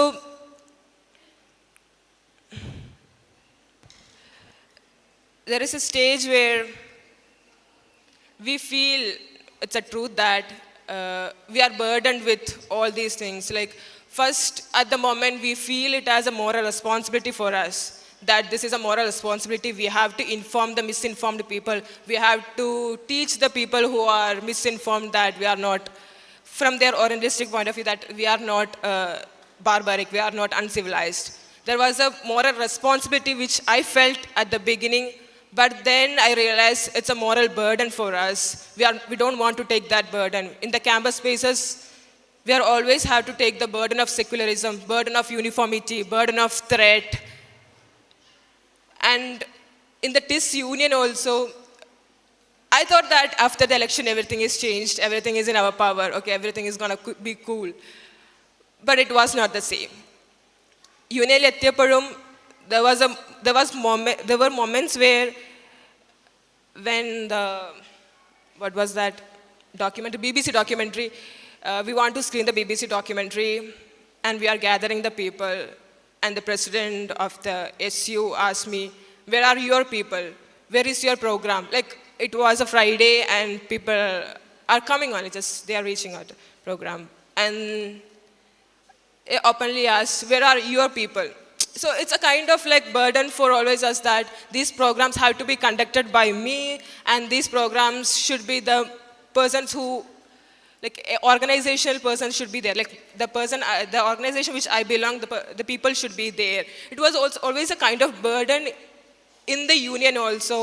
And there was a burden that not only the Muslim issues, I have to intentionally do other programs where I have to show them that I'm not communal. And there is a left, after the election also, they tried to invisibilize me. In any program, they don't want me to be in the stage. If it's a Muslim issues also, they don't want me to be in the stage. They tried maximum to invisibilize me, but at a point, if they want to critique me, if they want to critique the students' union, they will put up my name. That's how it went in the student union also. So it was not either easy in the before the election and after the election. There is always a struggle. We have to react to some other people there. We have to always resist to something, and we are not able to exist. It's very difficult to just exist without any burden. Thank you, that's all. ജസാക്കല്ലാ ഖൈറൻ. ശരിക്ക് ഇവരോടൊക്കെ തന്നെ ഒരുപാട് കാര്യങ്ങൾ ഇനിയും ചോദിക്കാനുണ്ട്. ലാസ്റ്റിൽ നമുക്ക് ടൈം അനുവദിക്കുകയാണെങ്കിൽ ചോദിക്കാം ഇൻഷാ അല്ലാ. അപ്പോൾ നെക്സ്റ്റ് anti-CA/NRC സമര സമയത്ത് വളരെ സജീവമായിട്ട് DUവിൽ പഠിച്ചുകൊണ്ടും സമരം ചെയ്തുകൊണ്ടും ഉണ്ടായിരുന്ന റാനിയ സുലൈഖ, അതോടൊപ്പം തന്നെ ചാനൽ ചർച്ചകളിലും അത്തരം വേദികളിലുമൊക്കെ വളരെ കൃത്യമായ നിലപാടുകൾ പറയുന്ന മുസ്ലിം വിമൺ ഐഡൻറ്റിറ്റി ഉയർത്തിപ്പിടിക്കുന്ന ഒരാൾ കൂടിയാണ്. ആ ഒരു ബാക്ക്ഗ്രൗണ്ട് ഉണ്ടായി അതിനുശേഷമാണ് HCUവിൽ ഹയർ സ്റ്റഡീസിന് പോയിട്ടുള്ളത്. അവിടെ ഇലക്ഷന് പാർട്ടിസിപ്പേറ്റും ചെയ്തിട്ടുണ്ടായിരുന്നു. അപ്പോൾ നേരത്തെ പറഞ്ഞതുപോലെ തന്നെ DUവിലൊരു എക്സ്പീരിയൻസും HCU പ്രത്യേകിച്ചും ക്യാമ്പസ് പൊളിറ്റിക്സ് വെച്ച് നോക്കുമ്പോൾ പ്രത്യേകിച്ചും നിലവിലുള്ളൊരു ഇന്ത്യൻ ക്യാമ്പസ് പൊളിറ്റിക്സിനെ ഒരു ടേണിംഗ് പോയിൻ്റ് ഗതി നിർണയിച്ചിട്ടുണ്ടായിരുന്ന ഒരു ക്യാമ്പസ് കൂടിയാണ് HCU. പോസ്റ്റ് രോഹിത് വെമുലയുടെ ഇൻസ്റ്റിറ്റ്യൂഷണൽ മർഡറിന് ശേഷം ഉണ്ടായിട്ടുള്ള ഒരു പൊളിറ്റിക്കൽ ക്ലൈമറ്റ്, അത് HCUവിൽ നിന്ന് തുടങ്ങി പിന്നീട് ത്രൂ ഔട്ട് രാജ്യത്തേക്ക് അത് പടരുകയാണ് ചെയ്തിട്ടുണ്ടായിരുന്നത്. അപ്പോൾ HCUവിലെയും എക്സ്പീരിയൻസുകൾ നമുക്ക് കേൾക്കാം. അസ്സലാമു അലൈക്കും വറഹ്മത്തുള്ളാഹി വബറകാതുഹു. അൽഹംദുലില്ലാഹ്. എനിക്ക് തോന്നുന്നു ഇവിടെ ഇന്ത്യയിലെ ഇന്ത്യയിലെ വ്യത്യസ്ത ക്യാമ്പസുകളിൽ നിന്നുള്ള ആളുകൾ നിങ്ങളുടെ മുമ്പിലുണ്ട്. അപ്പം ഒരു മുസ്ലിം അല്ലെങ്കിൽ ഒരു ബഹുജൻ കമ്മ്യൂണിറ്റിയിൽ നിന്ന് വന്നുകൊണ്ടിരിക്കെ സാധാരണഗതിയിൽ ഇവിടെ പറഞ്ഞു വെച്ച പോലെ രോഹിത് മരിച്ച ക്യാമ്പസ്, നജീബ് കാണാതായ ക്യാമ്പസ്, ഫാത്തിമ കൊല്ലപ്പെട്ട ക്യാമ്പസ് എന്ന് ഐഡൻറ്റിഫൈ ചെയ്ത ക്യാമ്പസുകൾ ഇന്ന് അഫ്രീൻ ജയിച്ച ക്യാമ്പസ്, നിദ പർവീൻ ജയിച്ച ക്യാമ്പസ് എന്നൊരു പൊസിഷനിലേക്ക് നമ്മൾ എത്തിയിട്ടുണ്ടെങ്കിൽ അൽഹംദുലില്ലാ. എനിക്ക് അത്തരത്തിൽ തന്നെയാണ് എനിക്ക് പറഞ്ഞു വെക്കാനുള്ളത്. അതുകൊണ്ട് തന്നെ നമുക്കറിയാം ഇവിടെ ടൈറ്റിൽ പറയുന്ന പോലെ തന്നെ മുസ്ലിമാസ് triumph and trials. So obvious ഇന്ത്യയിലെ ഒരു മുസ്ലിം എന്നുള്ള അർത്ഥത്തിൽ തന്നെ നിങ്ങൾ എക്സസ് ആണ്. അതിൻ്റെ കൂടെ നിങ്ങളുടെ എല്ലാ എക്സ്പ്രഷൻസും നിങ്ങളുടെ ശരീരത്തിൽ ബെയർ ചെയ്യുന്ന ഒരു സ്വത്വമാണ് ഇവിടെയുള്ള ഓരോ മുസ്ലിം സ്ത്രീയും. അറ്റ്ലീസ്റ്റ് ഇവിടെ വന്നിരിക്കുന്ന ആളുകൾ. അതുകൊണ്ട് തന്നെ നിങ്ങളോട് ഇനി ക്യാമ്പസിൽ പോയാൽ എന്തൊക്കെയാണ് നേരിടേണ്ടി വരിക, അല്ലെ ഞങ്ങൾ എന്താണ് നേരിട്ടത് എന്ന് വീണ്ടും വീണ്ടും പറയേണ്ടതില്ല എന്നാണ് ഞാൻ മനസ്സിലാക്കുന്നത്. അതൊരിക്കലും അത്തരം സ്ട്രഗിളുകളെ ചെറുതാക്കി കാണുകയോ അല്ലെങ്കിൽ അതിൻ്റെ എല്ലാവിധ ഫലങ്ങളും അല്ലെങ്കിൽ അതിൻ്റെ മധുരം അനുഭവിച്ചതുകൊണ്ടാണ് അതിന് ശേഷം എന്ത് എന്ന് പറയാൻ ഞാൻ ആഗ്രഹിക്കുന്നത്. നമുക്കറിയാം, അതെ കൃത്യമാണ്, അതായത് ലെജിറ്റിമേറ്റ് ചെയ്യപ്പെട്ടു. മുസ്ലിം സ്ത്രീകൾ അല്ലെങ്കിൽ മുസ്ലിങ്ങൾ ക്യാമ്പസുകളിൽ പ്രശ്നം അനുഭവിക്കുന്നുണ്ട്, ഇസ്ലാമോഫോബിയ ഉണ്ട്. It has been legitimised. There was a position where even in JNU Islamophobia was considered just as an academic jargon. From there, even they can't deny the word, the term in their posters. So it's been legitimized. Now the very question is, why? എന്താണ് മുസ്ലിം തട്ടങ്ങൾ കാണുമ്പം, മുസ്ലിം ശരീരങ്ങൾ കാണുമ്പോൾ ഇത്ര വ്രണപ്പെടുന്നത്? ഇവരുടെ വികാരങ്ങൾ എങ്ങനെയാണ് ഈ വെറുപ്പ് ഇതിനോട് ഇങ്ങനെ വരുന്നത്? എന്താണ് അതിന് കാരണം എന്നുള്ള ചോദ്യത്തിലേക്ക് നമ്മൾ പോയാൽ ഇവർ പറയണ്ടല്ലോ, ഇവർ ഒരു പൊസിഷനിലെത്തിയിട്ടും നിരാശരാവുകയാണ്. എന്തുകൊണ്ടാണ്? അതിനുശേഷവും ഇതേ ഫൈറ്റ് തന്നെയാണ് ഇവർക്ക് തുടരേണ്ടി വരുന്നത് എന്നുള്ളൊരു അമിത ഭാരം നമ്മളെപ്പോലുള്ള വിദ്യാർത്ഥികൾ എടുക്കേണ്ടി വരുന്നു. അത് ഞാൻ വ്യക്തിപരമായി ഞാൻ മനസ്സിലാക്കുന്നത്, അതിനോട് വിയോജിക്കുന്ന ആളുകളുണ്ടാവും, നമുക്ക് സംസാരിക്കാവുന്നതാണ്. ഞാൻ മനസ്സിലാക്കുന്നത്, എന്തുകൊണ്ടാണ് മുസ്ലിം ശരീരങ്ങളെ കാണുമ്പോൾ, മുസ്ലിംനെസ്സിനെ കാണുമ്പോൾ ഇത്ര പ്രശ്നം എന്നുള്ള ചോദ്യത്തിനെയാണ് നമ്മൾ അഡ്രസ്സ് ചെയ്യേണ്ടത് എന്ന് മനസ്സിലാക്കുന്നതുകൊണ്ടാണ്. തീർച്ചയായും അവരുടെ ആഭ്യന്തര അല്ലെങ്കിൽ അവരുടെ ഇടയിലുള്ള പ്രശ്നങ്ങളെ, ആർക്കൊക്കെയാണോ മുസ്ലിങ്ങൾ അല്ലെങ്കിൽ മുസ്ലിംനെസ് പ്രശ്നമായിട്ടുള്ളത്, അവരുടെ ഇടയിലുള്ള പ്രശ്നങ്ങളെ അല്ലെങ്കിൽ മറ്റ് പ്രശ്നങ്ങൾക്ക് ഇതൊരു സൊല്യൂഷനാവും. അല്ലെങ്കിൽ അതിനൊരു ടർബുലൻസ്, ഇവിടെ ഇന്ത്യൻ സിസ്റ്റത്തിൽ ഉണ്ടാകുന്നൊരു നോർമാലിറ്റിക്ക് ഒരു ടർബുലൻസ് ക്രിയേറ്റ് ചെയ്യുന്നുണ്ട് മുസ്ലിം. അതിനുള്ള പൊട്ടൻഷ്യൽ മുസ്ലിംനെസ്സിനുണ്ട് എന്നുള്ളത് കൊണ്ടാണ് ആ ഐഡൻറ്റിറ്റി നിങ്ങൾ വെച്ച് പിടിക്കുമ്പോൾ നിങ്ങളോട് പ്രശ്നമുണ്ട്, അല്ലെങ്കിൽ നിങ്ങളോട് വ്യക്തിപരമായിട്ട് പ്രശ്നം. അതിന് ഇത് പറഞ്ഞ പോലെ ഒരു വിക്റ്റിമായത് കൊണ്ടല്ല. You need a seat not because you are victim, you are able for that and you deserve that. അത് നിങ്ങളൊരു വിക്റ്റിമായതുകൊണ്ട് മാത്രമല്ല നിങ്ങൾക്കത് തരേണ്ടത്. നിങ്ങൾക്ക് ഇത്രയും കാലങ്ങളായി നിഷേധിക്കപ്പെട്ടതുകൊണ്ട് മാത്രമല്ല നിങ്ങൾക്കത് തരേണ്ടത്. നിങ്ങളുടെ ഐഡൻറ്റിറ്റിക്ക് അതിനുള്ള പൊട്ടൻഷ്യലുണ്ട്. ഇവിടുത്തെ സംസ്കാരങ്ങളെ, ഇവിടുത്തെ സിസ്റ്റത്തിനെ തകർക്കാനുള്ള, അതിന് പകരമായി പുതിയ ഭാവനകൾ രചിക്കാനുള്ള ഒരു പൊട്ടൻഷ്യൽ നിങ്ങൾ പേറുന്ന, നിങ്ങൾ കൊണ്ട് നടക്കുന്ന ഐഡൻറ്റിറ്റിക്കുണ്ട് എന്ന നമ്മുടെ ബോധ്യത്തിൽ നിന്നായിരിക്കണം നമ്മുടെ സമരവും നമ്മുടെ ജീവിതവും ക്യാമ്പസിലായാലും മറ്റേതിടങ്ങളിലായാലും നമ്മൾ തുടങ്ങി വെക്കേണ്ടത്. ഇവിടെ തന്നെ എൻ്റെ മുന്നിലുണ്ട് അവരുടെ സംസ്കാരം എന്താണ്. സ്ത്രീകൾ ഉയർന്ന് സംസാരിക്കുമ്പോൾ ചൂതാട്ടമാണ് അവരുടെ പാരമ്പര്യം. നമുക്കറിയാം, കഥകളിൽ അവർ സ്ത്രീകളെ ചൂതാട്ടം വെച്ചിട്ടുള്ള, അവരുടെ തന്നെ സ്ത്രീകളെ ചൂതാട്ടം വെച്ചിട്ടുള്ള ചരിത്രമാണ്. ബുള്ളിബായിയുടെ ഉദാഹരണങ്ങളാണ് ഇവിടെ നമ്മുടെ മുന്നിലുള്ളത്. അവരുടെ സംസ്കാരം അതാണ്. അതിനെതിരെ ഉയർന്നു വരുന്ന ഒരു സംസ്കാരത്തിനെയാണ് അവർ ഭയക്കുന്നത്. അതുകൊണ്ട് തന്നെ കേവലം ഒരു റെപ്രസെൻറ്റേഷൻ, ഒരു മുസ്ലിമായി നിന്നുകൊണ്ട് മാത്രം, അല്ലെങ്കിൽ ഒരു പേരിനുള്ള മുസ്ലിംനെസ്സിനുകൊണ്ട് മാത്രം അതിനെ മായ്ച്ചു കളയാൻ പറ്റില്ല. എന്താണോ ആ പൊട്ടൻഷ്യൽ, എന്താണോ ആ ഐഡൻറ്റിറ്റി ബെയർ ചെയ്യുന്ന പൊട്ടൻഷ്യൽ, അതോടുകൂടി സംസാരിക്കുമ്പോൾ, അത് അസേർട്ട് ചെയ്തുകൊണ്ട് പറയുമ്പോൾ മാത്രമേ, ഇവിടെ പറഞ്ഞ പോലെ as a Muslim, not just a Muslim, as a Muslim if you act, only then the difference will happen. ഇത് ഞാൻ HCUയിൽ തന്നെ, ഞാൻ എൻ്റെ വ്യക്തിപരമായ അനുഭവങ്ങളിലേക്ക് കടക്കുന്നില്ല. തീർച്ചയായും ഈ പറഞ്ഞതുപോലെ ഒരു ദലിത് മുസ്ലിം ഐക്യത്തിൻ്റെ വളരെ മനോഹരമായ ഒരു ഭയങ്കര റിലാക്സിങ് ആയിട്ട്, ഇത് പറഞ്ഞ പോലെ ഒരു വേർഡനില്ലാതെ പഠിക്കാൻ പോകാൻ പറ്റിയ ഒരു, ഞാൻ തിയേറ്റർ ആർട്സാണ് പഠിക്കുന്നത്. അപ്പം എന്നെ സംബന്ധിച്ച് ഞാൻ ഇപ്പോൾ ഡിസൈനും കൂടിയാണ് ചിന്തിക്കുന്നത്. അപ്പം I want to think, I want to come out of this, only then I am able to think. അപ്പോൾ അതിനുള്ളൊരു സ്പേസ് ആ ക്യാമ്പസ് തരുന്നുണ്ട്. എന്തിനാണോ നമ്മളൊരു ക്യാമ്പസിൽ പോകുന്നത്, എൻഡ് ഓഫ് ദ ഡേ നമ്മൾ, ശരിയാണ്, ട്രെയിനിൽ പോണത് എന്തിനാ? ഒരു സ്ഥലത്ത് എത്താനാണല്ലോ. അതിന് പർപ്പസ് ഉണ്ടല്ലോ. ആ പർപ്പസ് ഫില്ല് ചെയ്യാൻ പലപ്പോഴും അവിടെ പോകുന്ന ആളുകൾക്ക് പറ്റുന്നില്ല. Either the system is doing it or the resistance is stopping them. It's becoming an overburden. It should not be. And that's never the Muslims' fault. ഇതൊരിക്കലും നമ്മളെ പ്രശ്നമല്ല. ആ തിരിച്ചറിയുന്നിടത്ത് തന്നെ ആരുടെ പ്രശ്നമാണ് എന്ന് ചിന്തിച്ച് തുടങ്ങിയപ്പോഴാണ് എനിക്ക് ക്യാമ്പസിൽ 2 ഇൻസിഡൻസ്, അത് പറഞ്ഞ് ഞാൻ അവസാനിപ്പിക്കാം. ഒന്ന്, ഞങ്ങൾ ഇപ്രാവശ്യം ഇലക്ഷൻ നിന്നപ്പം, കഴിഞ്ഞ പ്രാവശ്യം മുസ്ലിം കാൻഡിഡേറ്റ്സ് ഉണ്ടായിരുന്നില്ല. അപ്പം നമ്മൾ ആർഗ്യൂ ചെയ്തത്, നിങ്ങൾക്കൊരു മുസ്ലിം കാൻഡിഡേറ്റിന് രോഹിത് വെമ്പലൻ്റെ ക്യാമ്പസിൽ കൊണ്ടുവരാൻ പറ്റിയില്ലല്ലോ എന്നാണ് നമ്മൾ പ്രത്യേകം പറയേണ്ടത്. രോഹിത് വെമുല എന്നുള്ളത് മറ്റൊരുപാട് ദളിത് വിദ്യാർത്ഥികൾ ആത്മഹത്യ ചെയ്തൊരു ക്യാമ്പസാണ്. രോഹിത്തിനെ വ്യത്യസ്തനാക്കുന്നത്, അല്ലെങ്കിൽ രോഹിത്ത് നമുക്കൊക്കെയും ഒരു മാതൃകയാകുന്നത്, Rohith was ready to address the Muslim question in the campus. ജനാസ നമസ്കാരത്തിൻ്റെ പേരിലാണ് രോഹിത്ത് ടാർഗറ്റ് ചെയ്യപ്പെടുന്നത്.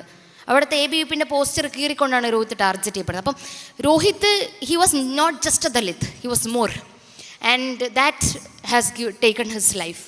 അപ്പോൾ ആ ഒരു ക്യാമ്പസിൽ പോലും ഒരൊറ്റ മുസ്ലിം പ്രാതിനിധ്യം ഉറപ്പ് പേരിന് പോലും പോട്ടെ, അവരുടെ എന്താ പറയല്ലേ, ഒരു അസർട്ടീവ് ഓർഗനൈസേഷനെ നിങ്ങൾക്ക് വില കൊടുക്കാൻ പറ്റുന്നില്ല, ഒരു ബോഡിനെ പോലും നിങ്ങൾക്ക് പറ്റുന്നില്ലല്ലോ എന്ന് പറഞ്ഞപ്പോൾ ഈ ഇലക്ഷന് ആ നെറേഷൻ, പൊതുവെ HCയിൽ പറയാറ് നെറേഷൻ്റെ ക്യാമ്പസ് എന്നാണ് നമ്മൾ ഇലക്ഷന്, അങ്ങനെ ഒരു ഭാരമുണ്ട്. അപ്പം ഇപ്രാവശ്യം അതുകൊണ്ട് തന്നെ ABVP കാൻഡിഡേറ്റ് മുസ്ലിമാണ്.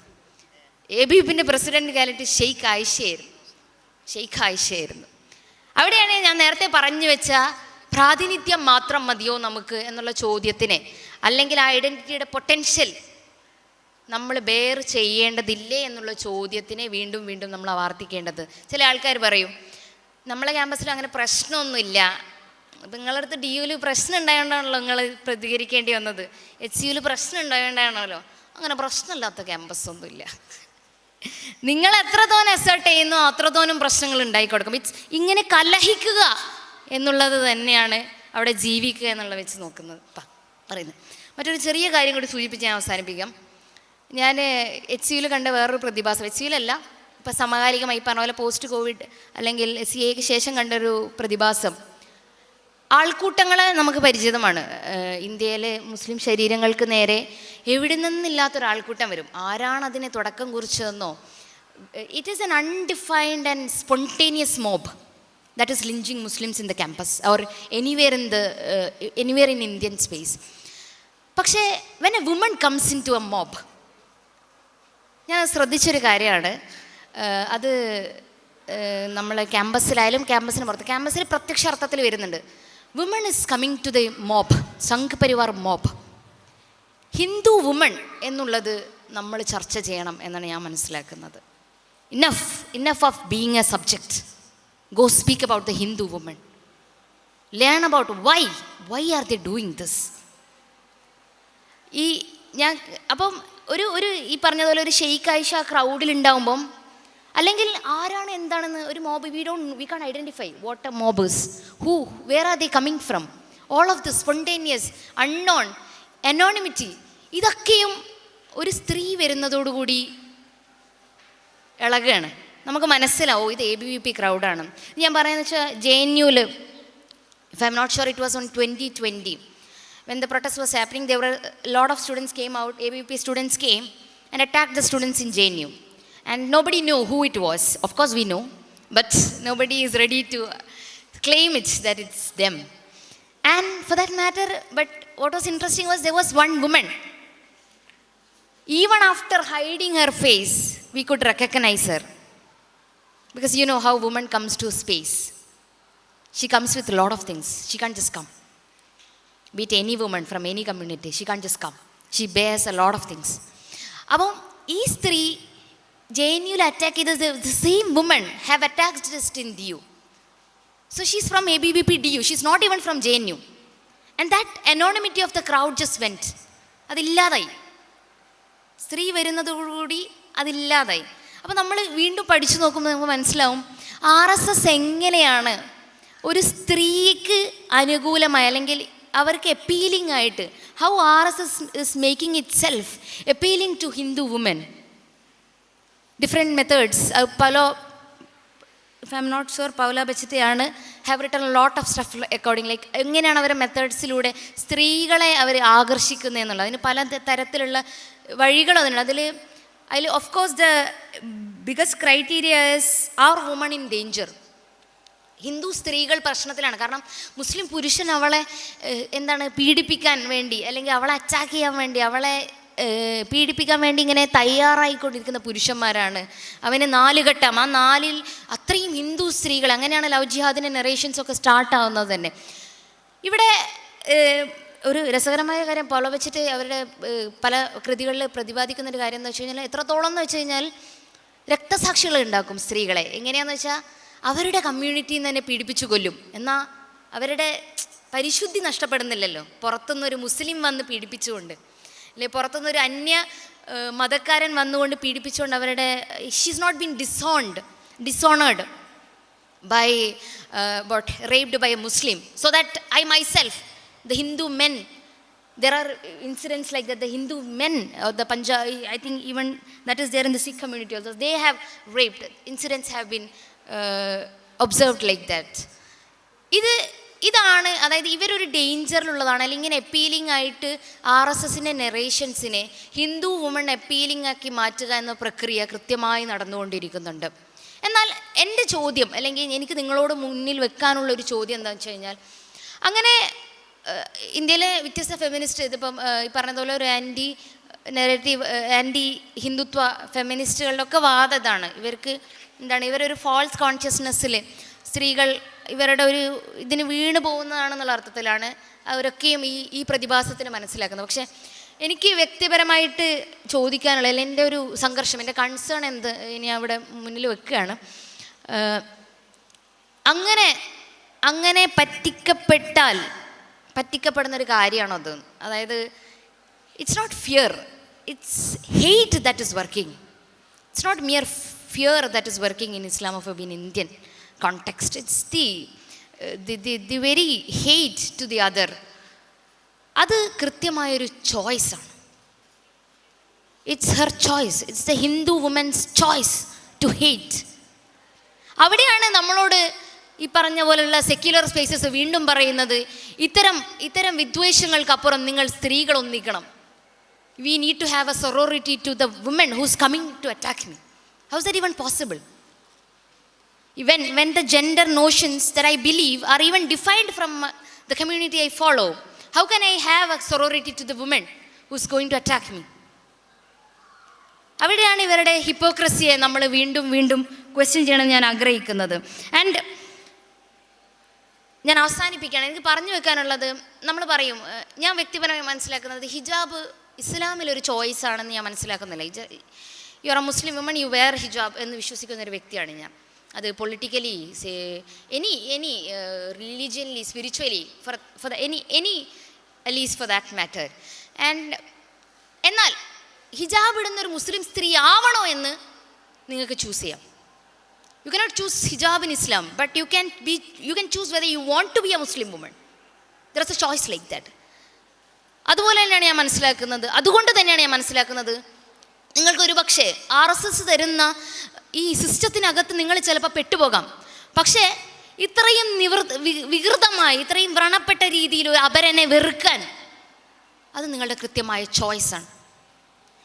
ആ ചോയ്സ് നിങ്ങളുടെ ക്യാമ്പസുകളിൽ മറ്റ് വിദ്യാർത്ഥിനികൾ എടുക്കുന്നുണ്ടെങ്കിൽ അവിടെ കൃത്യമായി അതിനൊരു ടർബുലൻസ്, അതിനെ ചോദ്യം ചെയ്യാൻ നമ്മുടെ ഹിജാബുകൾക്ക് സാധിക്കും. ആ പവറോടുകൂടി തന്നെ ആ ക്യാമ്പസിൽ ഉണ്ടാവണം. അങ്ങനെ ഉണ്ടായാൽ അവർ പോലും ചിന്തിച്ചു തുടങ്ങും എന്നുള്ളത് തന്നെയാണ് ഇത്തരം ക്യാമ്പസുകളുടെ ഉദാഹരണങ്ങൾ, ഇത്തരം ക്യാമ്പസുകൾ നമുക്ക് പഠിപ്പിച്ചു തന്നത്. ഇൻഷാ അല്ലാഹ് ഇതുപോലെ ഇന്ത്യയിൽ ഇനിയും ഒരുപാട് ക്യാമ്പസുകളുണ്ട്. അവിടെ നിന്നൊക്കെ കഥകളും അനുഭവങ്ങളും, അത് സ്ട്രഗിളിൻ്റേതാവണമെന്നില്ലല്ലോ കേട്ടോ, കലയുടെയും പാട്ടിൻ്റെയും എന്തിൻ്റെയും. ഈ പറഞ്ഞതുപോലെ ഇന്നലെ നമ്മളെ സാദിഖ് സാഹിബ് അഫ്രീൻ അടക്കമുള്ള വേദിയിൽ പറയുണ്ടായിരുന്നു, ആദ്യം നമ്മൾ മുസ്ലിം ക്വസ്റ്റ്യൻ എന്നായിരുന്നു ടൈറ്റിൽ കൊടുത്തുകൊണ്ടിരുന്നത്. ഇവിടെ ആ പ്രശ്നമുണ്ട്, മുസ്ലിം സ്ട്രിംഫ് ആൻഡ് ട്രയൽസ് ആണ്. പിന്നീട് ഇന്നലെ കഴിഞ്ഞ ഡിക്കോൺ ക്വസ്റ്റ്യൻ അത് മുസ്ലിംനെസ്സിലേക്ക് എത്തി. ഇനി ഒരു കാലം വരും നമ്മളതിനെക്കുറിച്ചൊന്നും പറയേണ്ടി വരില്ല. നമുക്ക് എന്താണോ ചെയ്യേണ്ടത്, നമ്മൾ എങ്ങനെയാണോ ജീവിക്കാൻ ആഗ്രഹിക്കുന്നത്, നമ്മളിത് പഠിക്കാൻ പോയത് എന്തിനാണ്, അവിടെ പോയത് എന്തിനാണ് എന്നൊരു ചോദ്യം നമുക്ക് സ്വന്തമായിട്ട് പറയാൻ പറ്റും. അത് എളുപ്പമാക്കുന്ന, അത് സാധ്യമാക്കുന്ന ഒരു ഫ്യൂച്ചർ അത്ര ദൂരമൊന്നുമല്ല. ഞാൻ ഇപ്പോൾ പറഞ്ഞ പോലെ നജീബ് ഓർത്തിരുന്നിടത്ത് അഫ്രീൻ ഓർക്കുകയാണ്. ആ നറേഷൻ, ആ സാധ്യത സംഭവിച്ചു കഴിഞ്ഞു. അതിനെ മുന്നോട്ട് കൊണ്ടുപോകേണ്ടത് ഇനി നിങ്ങളെപ്പോലുള്ള ആളുകളാണ്. നിങ്ങളെത്തി ശരിയാക്കി എടുക്കേണ്ട സ്ഥലങ്ങൾ തന്നെയാണ്. ഇൻഷാ അല്ലാഹ് അങ്ങനെ ഉണ്ടാവട്ടെ. അസ്സലാമു അലൈക്കും. ജസാക്കല്ലാ ഖൈറൻ. നമ്മൾ ടൈം കുറച്ച് ഷോർട്ട് ഉണ്ട്, അതുകൊണ്ട് കുറച്ച് ഫാസ്റ്റ് ആക്കാണ്. ഈ സ്റ്റേജിൽ തന്നെ നെക്സ്റ്റ് ഒരു സെഷൻ സ്റ്റാർട്ട് ചെയ്യാനുണ്ട് ഇൻഷാ അല്ലാഹ്. അപ്പോൾ അടുത്തതായി നേരത്തെ ഇവിടെ സമ്മർ അലി അവരുടെ ഇഫ്ലു എക്സ്പീരിയൻസുകൾ പറഞ്ഞു. അപ്പോൾ ഇപ്പോൾ അതിനുശേഷം എനിക്ക് തോന്നുന്നു 5 to 6 ഇയേഴ്സിന് ശേഷമുള്ളൊരു ഇഫ്ലു അനുഭവം നമ്മൾ റീസെൻ്റ്ലി കൂടെ കണ്ടിട്ടുള്ളതാണ്. നൂറ മൈസൂൺ അവർ നേരത്തെ ഇനോഗ്രൽ സെറമണിയിലുള്ള സംസാരത്തിലും വന്നിട്ടുണ്ടായിരുന്നു. അപ്പോൾ അവരുടെ അനുഭവങ്ങൾ, ഞാൻ ഇൻട്രൊഡക്ഷൻ തന്ന സമയം കളയുന്നില്ല, അവരുടെ അനുഭവങ്ങളിലേക്ക് കടക്കാം ഇൻഷാ അല്ലാഹ്. അസ്സലാമു അലൈക്കും വറഹ്മത്തുള്ളാഹി. ഒരു മുസ്ലിം വുമൻ ആയിക്കൊണ്ട് ക്യാമ്പസിൽ നിന്നിട്ടുള്ള അനുഭവങ്ങൾ പറയാമെന്ന് പറയുമ്പം, അല്ലെങ്കിൽ അവിടെ നമ്മൾ എക്സ്പീരിയൻസ് ചെയ്യുന്ന ഇസ്ലാമോഫോബിയ അല്ലെങ്കിൽ ഇതെന്നൊക്കെ പറയുമ്പോൾ തന്നെ അവിടെ നമ്മൾ ഫസ്റ്റത്തെ ടേം മുസ്ലിം വുമനായിട്ടൊരു ക്യാമ്പസിൽ നിൽക്കുക എന്ന് പറയുന്നുണ്ടല്ലോ, അല്ലെങ്കിൽ ഇന്ത്യയിലെ ഒരു സെൻട്രൽ യൂണിവേഴ്സിറ്റിയിൽ പഠിക്കുക എന്ന് പറയുന്നുണ്ട്. ആ ഒരു ടേമിൽ തന്നെ ഉണ്ട് മുഴുവനും. നമ്മൾ അവിടെ എത്തുന്നുണ്ടെങ്കിൽ, നമ്മൾ അവിടെ പഠിക്കുന്നുണ്ടെങ്കിൽ, അവിടെ കംപ്ലീറ്റ് ചെയ്യുന്നുണ്ടെങ്കിൽ, അവിടെ നമ്മൾ ഒരു വട്ടെങ്കിലും നമ്മുടെ ശബ്ദം റേസ് ചെയ്യുന്നുണ്ടെങ്കിൽ അത് സത്യം പറഞ്ഞാൽ നമ്മുടെ റബ്ബ് പഠിപ്പിച്ച ജിഹാദിൻ്റെ ഒരു ഭാഗമാണ്. We are standing for our self, അല്ലെങ്കിൽ നമ്മൾ നിൽക്കുന്നത് എന്തിനാണ്, നമ്മൾ റെപ്രസെൻ്റ് ചെയ്യുന്നത് എന്തിനാണ് എന്നുള്ള ക്വസ്റ്റ്യനൊക്കെ അവിടെ ഒരു ആൻസർ ഉണ്ട്. ഇപ്പം എൻ്റെ ക്യാമ്പസിലെ അനുഭവങ്ങൾ സ്പെസിഫൈ ചെയ്യുകയാണെങ്കിൽ ഞാൻ അനുഭവങ്ങളിലേക്ക് ഡീറ്റെയിൽ ആയി കിടക്കുകയല്ല. പക്ഷേ മുസ്ലിം വിദ്യാർത്ഥികൾ പ്രധാനപ്പെട്ട ഇന്ത്യൻ ക്യാമ്പസുകളിലേക്ക് കടന്നു വന്ന് അവർ ഇത്ര കാലമായിട്ടും ഒരു ക്യാമ്പസിനും അവരെ ആക്സെപ്റ്റ് ചെയ്യാൻ പറ്റിയിട്ടില്ല. എന്നാൽ അതേസമയം ഈ ഒരു ആക്സെപ്റ്റ് ചെയ്യാതെ ഇരിക്കുന്ന സിറ്റുവേഷൻ്റെ ഇടയിലും നിരന്തരമുള്ള വേട്ടയാടലുകളുടെ ഇടയിലും ഓപ്പറേഷൻ പല രീതിയിൽ അനുഭവിക്കുന്ന ഓപ്പറേഷനിടയിലും മുസ്ലിം കമ്മ്യൂണിറ്റിക്ക് തീർച്ചയായിട്ടും അവിടെ ഒരു സ്പേസ് ഉണ്ടാക്കിയെടുക്കാൻ പറ്റിയിട്ടുണ്ട്. ഈ ഓരോ പ്രശ്നങ്ങൾക്ക് നടുവിലും ഇന്ന് ഓരോ ക്യാമ്പസുകളിലും മുസ്ലിം വിദ്യാർത്ഥികൾ അവരുടേതായ ഇടങ്ങൾ സൃഷ്ടിച്ചെടുത്തിട്ടുണ്ടെങ്കിൽ അതിന് പിന്നിലുള്ള ഒരു എഫേർട്ടും ചെറിയൊരു എഫേർട്ടല്ല. അത് വരുന്നത് അത്രത്തോളം എന്താ പറയുക, ഒരുപാട് അതിൻ്റെ പിന്നിൽ ഒരുപാട് കഥകളുണ്ട്. എങ്ങനെയാണ് അവിടെ ഓരോ ആളും സർവൈവ് ചെയ്ത് പോകുന്നത്, എങ്ങനെയാണ് അവിടെ ഓരോ ആളും നിൽക്കുന്നത്. ഇപ്പം ഞാൻ എൻ്റെ ക്യാമ്പസിനെ പറ്റി പറയുകയാണെങ്കിൽ എനിക്ക് കുറേ കാലം അവിടെ പഠിക്കുന്നതിൽ വലിയ അർത്ഥമൊന്നും തോന്നിയിട്ടുണ്ടായിരുന്നില്ല. The first moment I felt belongingness, അല്ലെങ്കിൽ ഞാൻ അവിടെ പഠിച്ചിട്ട് എനിക്കൊരു സാറ്റിസ്ഫാക്ഷൻ തോന്നിയത് എനിക്ക് അവിടെ എൻ്റെ സൗണ്ട് ഏറ്റവും ഹയസ്റ്റ് വോളിയത്തിൽ റേസ് ചെയ്യാൻ പറ്റിയ ഒരു മൊമെൻറ്റിലാണ്. ആ ഒരു സമയം വരെ ഞാൻ ഉള്ളിൽ അനുഭവിച്ച പ്രശ്നങ്ങൾ എന്ന് പറയുന്നത് മുഴുവൻ ആ ഒരു സമയത്ത് ക്യാമ്പസിലെ അധികാരികൾക്കെതിരെ അല്ലെങ്കിൽ ഫാസിസത്തിനെതിരെ ഒക്കെ ഒരു വേർഡ് റേസ് ചെയ്യാൻ പറ്റിയപ്പം അവിടെ എനിക്ക് പ്രൂവ് ചെയ്യാൻ പറ്റുന്നുണ്ട്. നമുക്ക് പ്രൂവ് ചെയ്യാൻ പറ്റുന്നുണ്ടെങ്കിൽ അതാണ് നമ്മളെ ലക്ഷ്യം എന്ന് പറയുന്നത്. ഇപ്പോൾ ഇവിടെ ഓരോ ആളുകൾ അവരുടെ അനുഭവങ്ങൾ, അതേപോലെ തന്നെ എങ്ങനെയാണ് പല ക്യാമ്പസുകൾ കടന്നു പോയതെന്ന് പറഞ്ഞു.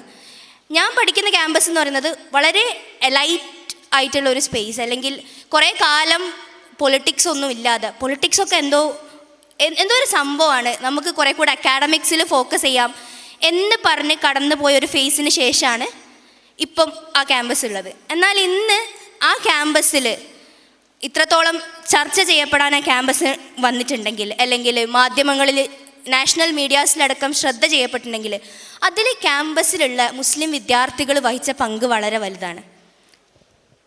അതേപോലെ തന്നെ ഇപ്പം നമ്മൾ എപ്പോഴും നമുക്കുള്ള ക്വസ്റ്റ്യനാണ്, നമ്മൾ ഓരോ സെൻട്രൽ യൂണിവേഴ്സിറ്റിയിൽ പഠിക്കുന്നു, എന്ത് രീതിയിലുള്ള പല രീതിയിലുള്ള ഓപ്പറേഷൻ നമ്മൾ നേരിടുന്നത്, എങ്ങനെയാണ് നമ്മൾ അവിടെ അതൊക്കെ കഴിഞ്ഞിട്ട് കണ്ടിന്യൂ ചെയ്യുക എന്നുള്ളത്.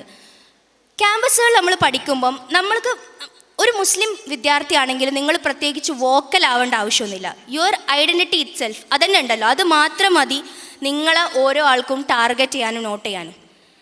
ഇവിടെ പലയിടത്തും വിസിബിൾ മുസ്ലിം എന്നുള്ള ടേം ഉപയോഗിക്കുക. ഇത് മുസ്ലിംനെസ്സിൻ്റെ ചിഹ്നങ്ങൾ നിങ്ങളിലുണ്ടെങ്കിൽ, നിങ്ങളുടെ സംസാരത്തിൽ, നിങ്ങളുടെ ബിഹേവിയറിൽ, നിങ്ങളുടെ പേരിൽ അതൊക്കെ ഉണ്ടെങ്കിൽ തന്നെ നിങ്ങളവിടെ ആ ഐഡൻറ്റിറ്റിയിൽ അറിയപ്പെടുകയും ആ ഐഡൻറ്റിറ്റിയുടെ പേരിൽ ടാർഗറ്റ് ചെയ്യപ്പെടുകയും വേട്ടയാടപ്പെടുകയും ചെയ്യും. ആ ഒരു സ്ഥലത്ത് നിന്നിട്ട് സംസാരിക്കുമ്പോൾ ഇത് അധ്യാപകർ മുതൽ കൂടെ പഠിക്കുന്ന വിദ്യാർത്ഥികൾ മുതൽ അഡ്മിനിസ്ട്രേഷൻ, അത് കഴിഞ്ഞ് സ്റ്റേറ്റ്, ഇങ്ങനെ പല ലെവൽസ് ഓഫ് ടാർഗറ്റിങ് അല്ലെങ്കിൽ ഒരു വിച്ച് ഹണ്ടിങ് ഒക്കെയാണ് ഒരു മുസ്ലിം വിദ്യാർത്ഥി ക്യാമ്പസുകളിൽ അനുഭവിക്കുക എന്നുള്ളത്. ഇപ്പോൾ എൻ്റെ ഓർമ്മയിലൊരു സംഭവമുണ്ട്. അതായത് ഞാൻ ക്യാമ്പസിൻ്റെ ഭാഗമായിരുന്ന ഒരു പ്രശ്നത്തിൻ്റെ പേരിൽ, അത് ഞാനതിൽ ഇൻവോൾവും കൂടെ അല്ല, ഞാൻ പോലീസ് സ്റ്റേഷനിൽ കയറേണ്ട വന്നു. പ്രശ്നത്തിൽ ഒരു ഡയറക്റ്റ് ഇൻവോൾവ്മെൻറ്റും ഇല്ല. പക്ഷെ ജസ്റ്റ് ഒരു വാട്സപ്പ് ഗ്രൂപ്പിൻ്റെ അഡ്മിൻ ആണെന്നുള്ള പേരിൽ ഞാൻ പോലീസ് സ്റ്റേഷനിൽ കയറേണ്ട വന്നു. അവിടെ അസിസ്റ്റൻറ്റ് പോലീസ് കമ്മീഷണർ ഉണ്ടായിരുന്നു.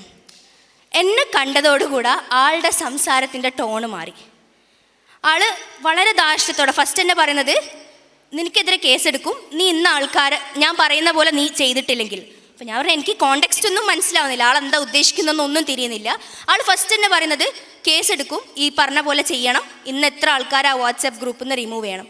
ഞാൻ പറഞ്ഞു ഞാൻ ആരോടെങ്കിലും ചോദിക്കണം, കാരണം നിങ്ങൾ പറയുന്ന എല്ലാം എനിക്ക് മനസ്സിലാവുന്നില്ല എന്താ സംഭവം. ഇഷ്യൂ എനിക്കറിയാം, പക്ഷേ ഈ കാര്യങ്ങളൊക്കെ അറിയാം.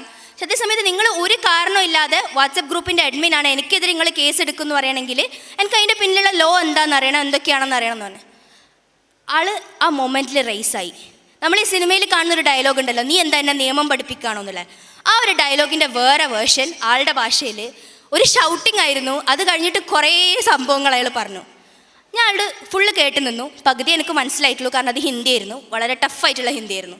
അപ്പോൾ ഞാൻ കേട്ട് കഴിഞ്ഞിട്ട് ചോദിച്ചു, നിങ്ങൾ എന്തുകൊണ്ടാണ് ഇത്ര എന്നോട് ഷൗട്ട് ചെയ്തത്? ഞാനിതിൽ ഡയറക്റ്റ് ഇൻവോൾവ് അല്ലാത്തതും കൂടെ ഞാനൊരു വൾണറബിൾ പൊസിഷനിലുള്ള ആളാണെന്ന് വിചാരിച്ചിട്ടാണോ?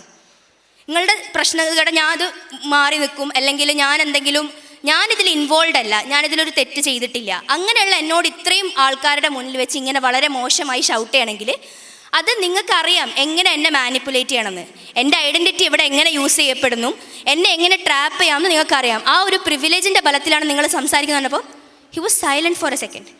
ആളൊന്നും മിണ്ടിയില്ല. ആൾ കുറച്ച് നേരം നിന്ന്, എന്നിട്ട് പിന്നെ ആളതിനെ കളിയാക്കുന്ന ലെവലിലെടുത്തു.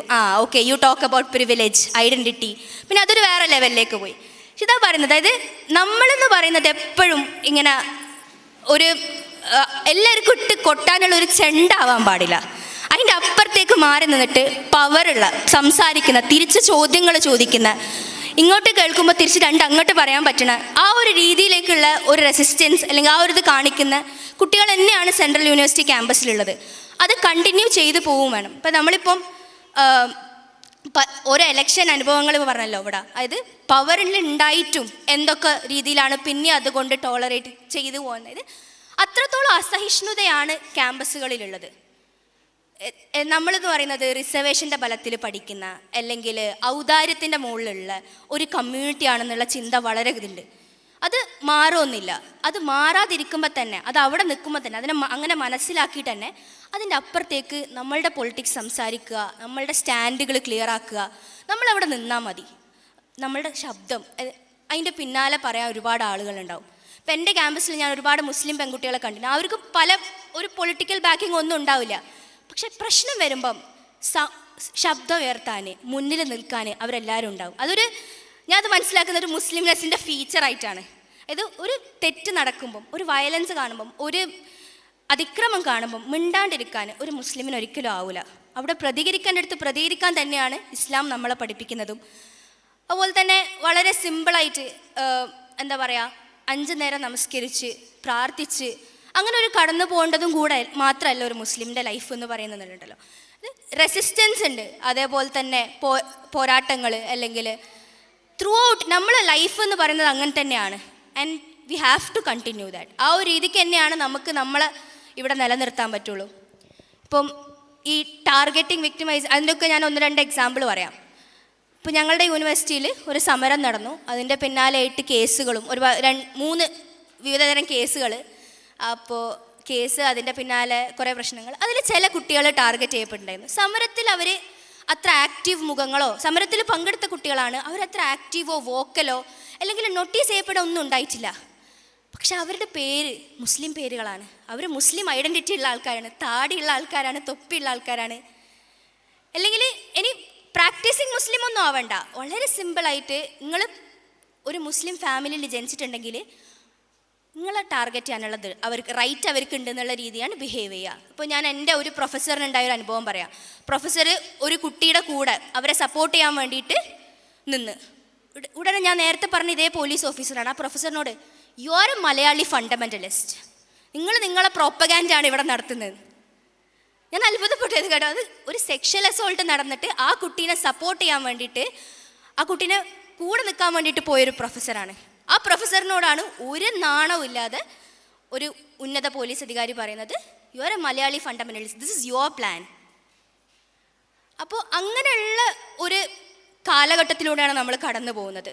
ആ ഒരു സമയത്ത് തന്നെ ഇത് ഇങ്ങനെ ഇത്രയും ഇഷ്യൂസ് ഉണ്ടാകുന്നതനുസരിച്ചിട്ട് നമ്മൾ ഈ യൂണിവേഴ്സിറ്റി സ്പേസുകളിൽ നിന്ന് മാറി നിൽക്കുകയോ അല്ലെങ്കിൽ അവിടേക്ക് കൂടുതൽ പോവാതിരിക്കുകയല്ല, മറിച്ച് കൂടുതൽ പ്രാതിനിധ്യം അത്തരം കലാലയങ്ങളിൽ ഉറപ്പുവരുത്തിയും അങ്ങനെ ഒരു എന്താ പറയുക, നാളെ ഈ കലാലയങ്ങൾ ഭരിക്കുന്ന ആൾക്കാരായിട്ട് മാറുക എന്നുള്ള ഒരു ഹോപ്പ് ഉണ്ടല്ലോ, അത് ഒരിക്കലും അണയാതെ വെക്കുക എന്നുള്ളതാണ്. പടച്ചോൻ ഖുർആനിൽ നമ്മളോട് ചോദിക്കുന്നൊരു കാര്യമുണ്ട്, നിങ്ങൾ വിചാരിക്കുന്നുണ്ടോ വളരെ ഈസി ആയിട്ട് നിങ്ങൾക്ക് സ്വർഗത്തിൽ കടന്നുകൂടാൻ പറ്റുന്നു?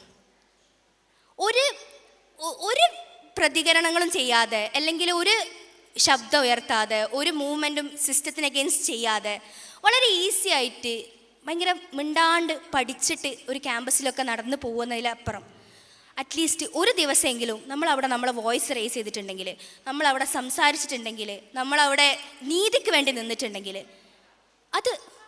അതൊരു മുസ്ലിംനെസ്സിൻ്റെ ഭാഗമാണ്. അപ്പോൾ ആ ഒരു എന്താ പറയുക, ആ ഒരു ഫീലിംഗ് ഉണ്ടാവും. അത് ചെയ്യുമ്പോൾ നമുക്ക് കിട്ടുന്നൊരു ഫീലിംഗ് ഉണ്ടാവും.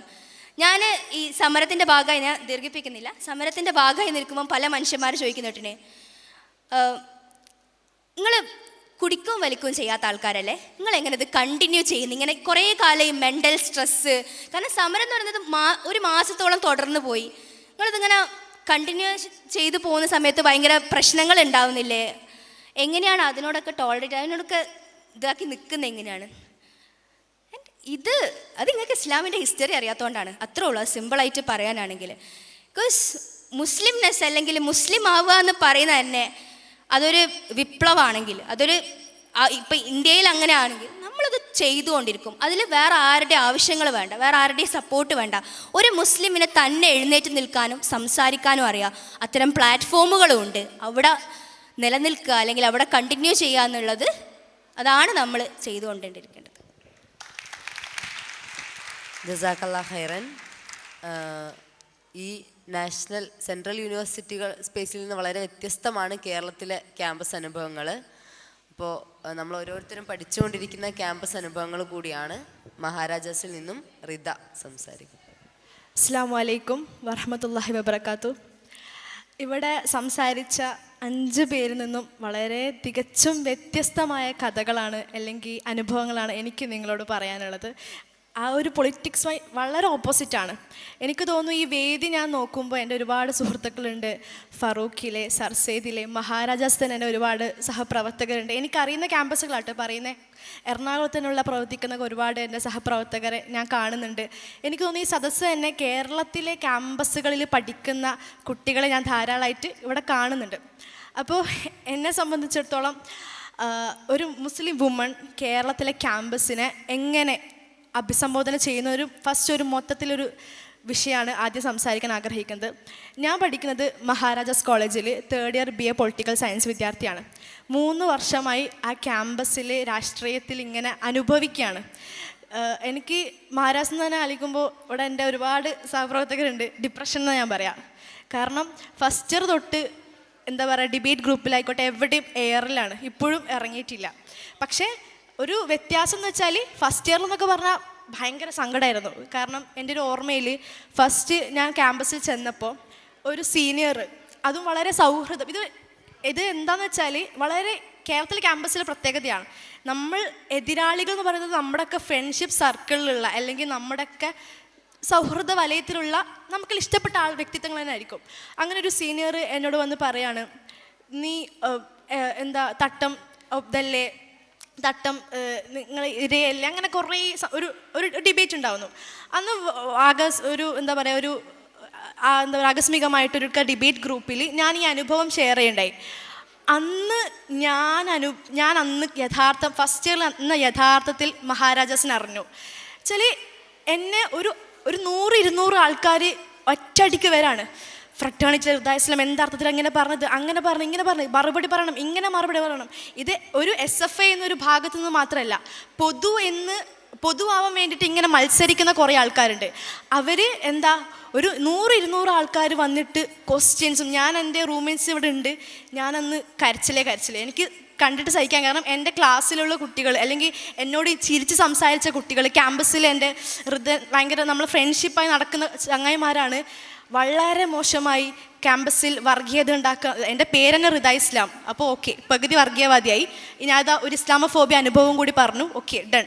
അങ്ങനെ എനിക്കത് അന്ന് ഞാൻ തളർന്നു പോയി. പക്ഷേ ഇന്ന് അതിനേക്കാളും വലിയ വരുമ്പോഴും 3 വർഷം കൂടെ എനിക്ക് മനസ്സിലായി, ഇപ്പോൾ ഒരു എന്താ പറയുക, ഒരു ചുക്കുമില്ല, എന്ത് വന്നാലും ഞാൻ വർഗീയവാദി തന്നെ എന്ന് പ്രഖ്യാപനത്തിലേക്ക് അവസാനം ആ ഒരു ആത്മധൈര്യത്തിലേക്ക് അവസാനം എത്തിയെന്നതാണ് മഹാരാജാസ് എനിക്ക് നൽകിയ വലിയ ഒരു കരുത്ത്.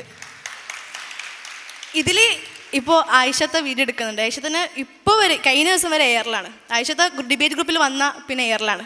ആലോചിക്കണ്ട, കാരണം നമ്മൾ പറയുന്ന വേർഡ്സൊന്നും നമുക്ക് നിങ്ങൾക്ക് ഇമാജിൻ ചെയ്യാൻ പറ്റാത്ത പച്ചക്ക് വർഗീയവാദി, തീവ്രവാദി ഒക്കെ അങ്ങനെയാണ് പറയാം. അപ്പോൾ ഫസ്റ്റൊക്കെ നമ്മളത് എങ്ങനെ ഫസ്റ്റ് നമ്മൾ +2 വരെ നല്ല നോർമലായി പഠിച്ച് നമ്മൾ ഇത് അങ്ങനെ ഒരു ക്യാമ്പസിലേക്ക് പോകുമ്പോൾ ഇതിനൊക്കെ എങ്ങനെ നേരിടണം എന്നൊരു ഐഡിയ ഇല്ലാത്ത കുട്ടികളൊക്കെ ഫസ്റ്റ് പതറിപ്പോവും. പക്ഷേ മെല്ലെ മെല്ലെ അത് നമുക്ക് നല്ല കരുത്ത് തരും. ഇനി മൊത്തത്തിലുള്ള കേരളത്തിലെ ക്യാമ്പസുകളൊന്ന് എടുത്ത് നോക്കുകയാണെങ്കിൽ എൻ്റെ അഭിപ്രായത്തിൽ ഓരോ ക്യാമ്പസും ഓരോ മണ്ണാണ്, ഓരോ രാഷ്ട്രീയമാണ്. അതാ പ്രത്യേകത എന്ന് വെച്ചാൽ നിങ്ങൾ വിചാരിക്കും കേരളത്തിലെ ഒരു മൊത്തത്തിൽ ഇങ്ങനെ അല്ല. മഹാരാജാസിലെ രാഷ്ട്രീയം വേറെ തന്നെയാണ്, അവിടെ വേറൊരു പൊളിറ്റിക്സ്. എന്നാൽ അതേപോലെ ഫറൂഖിൽ പോയാൽ സെയിം നമുക്ക് പറയാൻ പറ്റില്ല, അവിടെ വേറൊരു രാഷ്ട്രീയം. ഓരോ എന്താ പറയുക, ഓരോ ക്യാമ്പസും വ്യത്യസ്തമാണ്. അപ്പോൾ എനിക്ക് കേരളത്തിലെ ക്യാമ്പസിൽ റെപ്രസെൻ്റ് ചെയ്യുന്നവരോട് പറയാനുള്ളത്, നിങ്ങൾ നിങ്ങളുടെ ക്യാമ്പസ് പഠിക്കുക. അതിന് മണ്ണ് എന്ന് പറയുന്നത് ഓരോത് വ്യത്യാസമാണ്, അതിനനുസരിച്ചിട്ട് അവിടെ നിലകൊള്ളാം. ഇപ്പോൾ ബ്രണ്ണനിൽ എൻ്റെ നാട്ടിലെ സുഹൃത്തുക്കളടക്കമുള്ള എനിക്ക് അനുഭവങ്ങൾ അറിയുന്നതാണ്. ബ്രണ്ണനിൽ നമ്മൾ സീറ്റ് പിടിക്കേണ്ടായി. അന്ന് ഒരു നിഖാബ് ധരിച്ച ഒരു വിദ്യാർത്ഥി, നിഖാബ് എന്ന് ഹിജാബ് തന്നെ നമ്മൾ എന്താ ഒപ്രസ്ഡ് ആണ്, നമ്മൾ സ്വതന്ത്രരല്ല. നമ്മൾ നിരന്തരം ഇങ്ങനെ ഇതെൻ്റെ ചോയ്സാണ്, ഞാനും സ്വതന്ത്രയാണ്, നമ്മളിങ്ങനെ എപ്പോഴും നമുക്ക് നമ്മുടെ അവസ്ഥ എന്താ, നമ്മളിങ്ങനെ തെളിയിച്ചുകൊണ്ടേയിരിക്കണം ഈ പൊതുബോധത്തിന് മുമ്പിൽ. നമ്മളിങ്ങനെ നിരന്തരം നമ്മളും സ്വതന്ത്രമാണ്, നമ്മളും ചോയ്സാണ്, ഇത് നമ്മളിങ്ങനെ തെളിയിക്കേണ്ട ഒരു ഗതികേടാണ്. ആ ഗതികേടിലേക്ക് ആ ട്രാപ്പ് ഇങ്ങനെ വരച്ച് വെക്കുക, നമ്മൾ അതിൽ ആ ലൂപ്പിൽ പെടുത്തുക. ഇതാണ് ഇവിടുത്തെ എല്ലാ ക്യാമ്പസിലും ബേസിക്കൽ നടക്കുന്നത്. അപ്പോൾ നിക്കാബ് ധരിച്ച് വിജയിച്ച് അവിടെ ചെങ്കോട്ടയിൽ ഒരു ഫ്രട്ടേണിറ്റി പ്രവർത്തക, അതും നിഖാബുധാരിയായ, അല്ല അവരുടെ ഭാഷയിൽ സ്ത്രീയും ഹിജാബുധാരികളും എന്താണ് ഒപ്രസ്ഡ് ആണ്, അവിടെയാണ് ഒരു നിഖാബ് ധരിച്ച പെൺകുട്ടി വിജയിക്കുന്നത്. അതിനെ ഞങ്ങളുടെ കോളേജിലടക്കം നിങ്ങൾ ആലോചിക്കണം, ഈ ഒരു എന്താ പറയുക, ഇത്രയും ഭയങ്കര നമ്മുടെയൊക്കെ അടിപൊളി ക്യാമ്പസ് എന്നൊക്കെ പറഞ്ഞാൽ നമ്മൾ ഈ മഹാരാഷ്ട്ര ക്യാമ്പസിലാണ് ആ പെൺകുട്ടിയെ വളരെ മോശമായി, അവൾ ജയിച്ചിരിക്കുകയാണ് വെച്ചാൽ ഒരു യൂണിയൻ മെമ്പറായി നിൽക്കുന്ന ഒരു പെൺകുട്ടിയെക്കുറിച്ചാണ് അവളുടെ ട്രോളൊക്കെ വരച്ച ട്രോള്, അങ്ങനെ ഭയങ്കര മോശമായി ഒബ്രസ്ഡായി വളരെ കളിയാക്കി ചിരിക്കുക, അങ്ങനെ ഭയങ്കര ഡിബേറ്റ് ഇങ്ങനെ ഉണ്ടാവുകയുണ്ടായി. അപ്പോൾ നിങ്ങൾ മനസ്സിലാക്കേണ്ട അന്ന് ഇത് എല്ലാ സോഷ്യൽ മീഡിയയിലടക്കം ഇടത് ആ ലിബറൽ ആളുകൾ മൊത്തം ആ വിജയത്തെ പോലും കണ്ടത് വരച്ച് തീർക്കുന്നത് വീണ്ടും വിജയിച്ച് നമ്മൾ ഈ പൊതുവിൽ എന്താ പറയുക വിജയിച്ച് കാണിച്ചാൽ പോലും നമ്മളെ അംഗീകരിക്കാത്തൊരു സൊസൈറ്റി, അവിടെ നമ്മൾ എങ്ങനെ ഇതിനെ റെപ്രസെൻ്റ് ചെയ്യണം എന്ന് വലിയൊരു വിഷയമാണ്. എന്നുവെച്ചാൽ ഇപ്പോൾ മഹാരാജാസ് എന്ന് പറഞ്ഞാൽ അതൊരു പൊളിറ്റിക്കൽ ക്യാമ്പസ് എന്ന് ഞാൻ പറയില്ല, ഹൈപ്പർ പൊളിറ്റിക്കൽ ക്യാമ്പസാണ്. വെച്ചാൽ സൗഹൃദങ്ങളിൽ വരെ രാഷ്ട്രീയം പറയുക, നമ്മൾ ഓരോ ദിവസവും നമ്മൾ ഈ രാഷ്ട്രീയം അനുഭവിച്ചു കൊണ്ടേയിരിക്കുക. നമ്മൾ ഓരോ നിമിഷവും ഓരോ സെക്കൻഡും കോളേജിൽ പൊളിറ്റിക്കലി ഓരോന്നിനും മറുപടി പറയുക, നമ്മൾ പൊളിറ്റിക്കലി എന്താ പറയുക അനുഭവിച്ചു കൊണ്ടിരിക്കുക. അങ്ങനെ ഒരു ഹൈപ്പർ പൊളിറ്റിക്കൽ ക്യാമ്പസിലേക്ക് കടന്നു ചെന്നപ്പോൾ ഞാൻ മനസ്സിലാക്കി, നമ്മൾ പലരും ഇവിടെയുള്ള പല ആൾക്കാരും അനുഭവിച്ച കുറേ വിഷയങ്ങൾ. കാരണം കേരളത്തിലെ ക്യാമ്പസുകൾ എൻ്റെ ഒരു അഭിപ്രായത്തിൽ നിലനിൽക്കുന്നത് ഇവൻറ്റ് പൊളിറ്റിക്സ് അല്ലെങ്കിൽ മെയിൻ പൊളിറ്റിക്സ് ഇതിൻ്റെയൊക്കെ ഭാഗമായിട്ടാണ്.